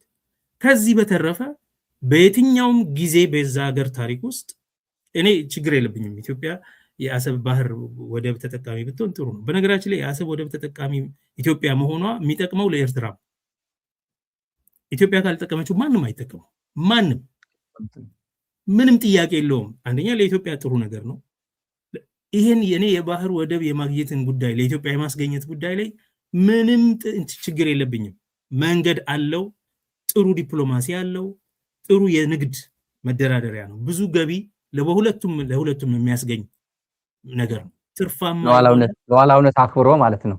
ሉዓላዊነት አክብሮ በጣም ጥሩ ፍሬንድሺፕ አድርጎ ብዙ ነገር ማትረፍ የሚቻልበት ነገር እንደሆነ ምንም ጥያቄ የለኝም። ይሄ የሬድ ዲፕሎማሲ ግን እኛ ወረን በጉልበት ድሮም ታሪካዊ በታሪከኛ ነው።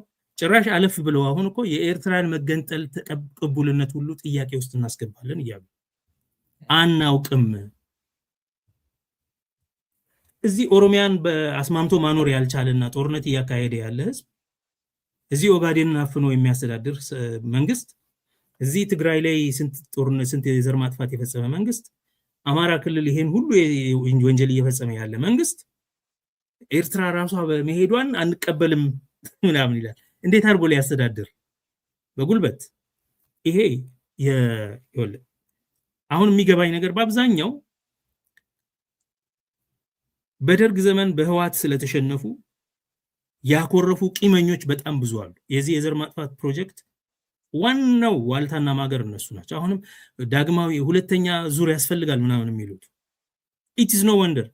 በቃ ከህወሓት ጋር በተሸነፉ ሁለት ጊዜ የተሸነፉ ተሸናፊዎች ናቸው እና ባዱላ እና ባጫ ያቂም ስላለባቸው እና ደግሞ በወቅቱ እነሱ የደርግ ስለነበሩ ደርግ ውስጥ ያለው ፕሮፓጋንዳ ኤርትራ ኢትዮጵያ ካልነች አንገት ተቆርጦ አይሆንም ምናምን የሚለው ፖለቲካ ውስጥ ነው ያለው። አሁን ዝም ብለው ከዛ ሰብኮንሺየስሊ ማምጣት ይችላሉ። ከዚህ ያለፈ ግን ምንም መሰረት ያለው የውይይት መንገድ የፖለቲካ ውይይት ለማድረግ የሚፈቅድ ዲፕሎማሲያዊ ውይይት ለማድረግ የሚፈቅድ ነገር አይደለም። አብይ ይሄን የሚያደርግበት ምክንያት አጀንዳ መስጠት ይፈልጋል። ይህን አጀንዳ ማንሳት የጀመረው የአማራ ኃይሎችን ወደ ራሱ ለማስጠጋት ገና በማግስቱ ነው። የባህር ወደብ እናስገኛለን፣ አንዴ ከሶማሌ ላንድ አንዴ ከዚህ ይሄ አጀንዳ የመስጠት ተግባር ትልቅ ራዕይና ትልቅ ሐሳብ የፖለቲካ ሐሳብ ምንም ስለሌለው የልማት የምናምን ስትራቴጂም ነገር ስለሌለው ይሄ ግድቡንና ወደቡን በጣም እንደ ትልቅ አጀንዳ አድርጎ ያራግበዋል። ያውቀዋል እውነቱ ያ እንዳልሆነ እንዳመችነቱ ካልኩሌት አድርጎ ማያዋጣ ከሆነ ወደ ኋላ እንደሚል ከሶማሊላንድ አይተናል። እውነቱ ይሄ እንዳልሆነ ያውቀዋል። አጀንዳ ይፈጥራል። ሌላው ነገር ግን በዘላቂነት ዲስፒዩት ለማድረግ ይፈልጋል። የአሰብን ጉዳይ በዘላቂነት በረጅም ጊዜ ሂደት ውስጥ ዲስፒዩትድ ነው የኢትዮጵያም ነው ይባላል የሚል ስሜት መፍጠር ይፈልጋል። ትውልድ ውስጥም ይሄን መዝራት ይፈልጋል። ይሄ መረሳት የለም። ይሄ ሰንኮፍ አደገኛ ነው። ዲስፒዩት ያደርገዋል። አሁን የወልቃይት ጉዳይ ዲስፒዩትድ እየሆነ እንደሄደው ማለት ነው። ኦቨርታይም እንደዛ እያደረጉት ነው። ኦቨርታይም that place is going to be disputed. ዲስፒዩትድ መሆኑ በራሱ ኢሹ ነው፣ አጀንዳ ነው። ፕሮብሌማታይዝ እያደረጉት ነው ማለት ነው። ፕሮብሌማታይዝድ ከሆነ አንድ ቦታ ካንተ ቁጥጥር ውጪ እየሆነ ይሄዳል፣ እንደ ካሽሚር ይሆናል ማለት ነው። ይሄ ነው አንዱ አጀንዳቸው። በታሪክ ይሄንን አንስቶ ነበረ ተብሎ ዲስፒዩትድ ቴሪቶሪ ብሎ ያወራል። የሚቀጥለው ትውልድ ዜና እንግዲህ ሲያወራ ትሰማዋለህ። ያንን ማድረግ የሚፈልግ ይመስለኛል። ይሄ የአብይ ስልት ነው። ዲስፒዩት ማድረግ አጀንዳ አድርጎ መፍጠር፣ ሌላ የሌጂቲመሲ ምክንያት ስለሌለው በሌጂቲመሲ ጋርነር ለማድረግ የሚንቀሳቀስበት መንገድ ይሆናል። ከዛ ባለፈ ግን ቀይ ባህር ምንም ጉዳይ አይደለም። ኤኒ ታይም ነገሮች ጫን ካሉበት ልክ እንደ ሶማሊላንዱ ትቶት መጥቶ ልጭ ብሎ ሌላ ነገር ሊያወራ ይችላል። ያውቁታል። ይሄን አጀንዳ መፍጠር፣ ማዋከብ፣ የኤርትራን መንግስት ማዋከብ። ሌላ ግን ይሄንን ቤዝ የሚፈልጉት ዩናይትድ አረብ ኤሚሬትስ አሉ። ምንም አልሰራህም ሌላ ጓደኛ ይፈልጋሉ እነሱ። በቃ እዚህ አካባቢ ፖርት ይፈልጋሉ እና አልሰራህም ብለው ሌላ አማራጭ መፈለግ ሲጀምሩ ስዊች ሊያደርጉ ይችላሉ። እዛው አካባቢ ካለ ከሌላ ጋር ከኤርትራ ጋር ነበሩ እኮ እስከ ቅርብ ጊዜ ድረስ እና ስዊች ሊያደርጉ እንደሚችሉ ስለሚያውቅ ስዊች እንዳያደርጉበት ነው አንዳንዴ እየሞቀ እየቀዘቀዘ የሚሄደው እና እንደማይቻል ያውቃል። ምንም አልሰራችሁም በቃ ዋጋ የለውም ምናምን ብሎ ገንዘብ ሊከለክሉት ሲሉ ቆይ የሆነ ነገር እያደረኩ ነው ብሎ እንቅስቃሴ ያሳያል። ይሄ ነገር ስላለ ነው again the geopolitical influence ነው እንጂ ክላሲካሊ I'm sure አብይ ለራሱ ሌጋሲ ማትረፍ ከፈለገ ከኤርትራ ጋር የጀመረው ሰላም ግንኙነት ያው የጦርነት ስምምነት ነው። ያንን እውነተኛ ሰላም በማድረግ ሉዓላዊነቱን አክብሮ የባህር በር እድል ማግኘት ይችላል። በኪራይ ይሁን በሰጥቶ በሌላ መንገድ ይሁን ማግኘት ይችላል። እንዲሁም ታሪኩን ማሻሻል ይችላል። ለህዝቦቹ ሰላም መፍጠር ይችላል። ለአካባቢው ትስስር መፍጠር ይችላል። ለኢኮኖሚው በጣም ትልቅ ቡስት ነው። ከጅቡቲ ኪራይ ሁለተኛ የጅቡቲን ኪራይም ያራክሰዋል። ስለዚህ አማራጭ ይኖረዋል ማለት ነው። እነዚህ እና እንዲሁም ያ ትልቅ ሌጋሲ ሊሆነው ይችል ነበር። ይልቅ እሱ አይደለም የሚፈልጉት እነሱ የጂኦፖለቲክሱን ጨዋታ እየተጫወቱ ገንዘባቸውን እያገኙ አገር ውስጥ ደግሞ ማደናገሪያ ሐሳብ ያወራሉ። and probably አንድ ትልቁ ነገር in the long run disputed territory እንዲሆን የማድረግ ኔሬቲቭን የማስቀጠል ጉዳይ ያለ ይመስለኛል። ከዛ ውጪ ሁላቸውም ነገዲዮን ይሄንን በደንብ አስልተው ያውቃሉ። ሁሉም ማፖች ሁሉም 1902 1906 1908 እነዚህ ካርታዎች 1900 እነዚህ ካርታዎች በሙሉ አሰብን አንድም ቀን የኢትዮጵያ ውስጥ አድርገው አይተዋል። እነዚህ ስምምነቶች ደግሞ የአልጀርስ ስምምነት ላይ ያሉ ናቸው። የክሌምስ ኮሚሽን የቦርደር ኮሚሽኑ የአይሲጂ ያረጋገጠው ነገር አሰብ ከዚህ ሁሉ ውስጥ አንድም ጊዜ የኢትዮጵያ አካል ሆና አታውቅም። እና አባዱላ ትንሽ እንፈር በስተርጅና እንደዚህ አይነት ንግግር መልህ ከመቃብር ዳር ደርሰህ እንዲህ አይነት ንግግር ለራስ ትዝብት ነው የሚሆነው። ለነገሩ አባዱላ የፓርላማ ውስጥ በግልጽ ቁጥር አሳስቶም እንኳን አላፈረም እስከዛሬም ድረስ። so I don't expect anything better.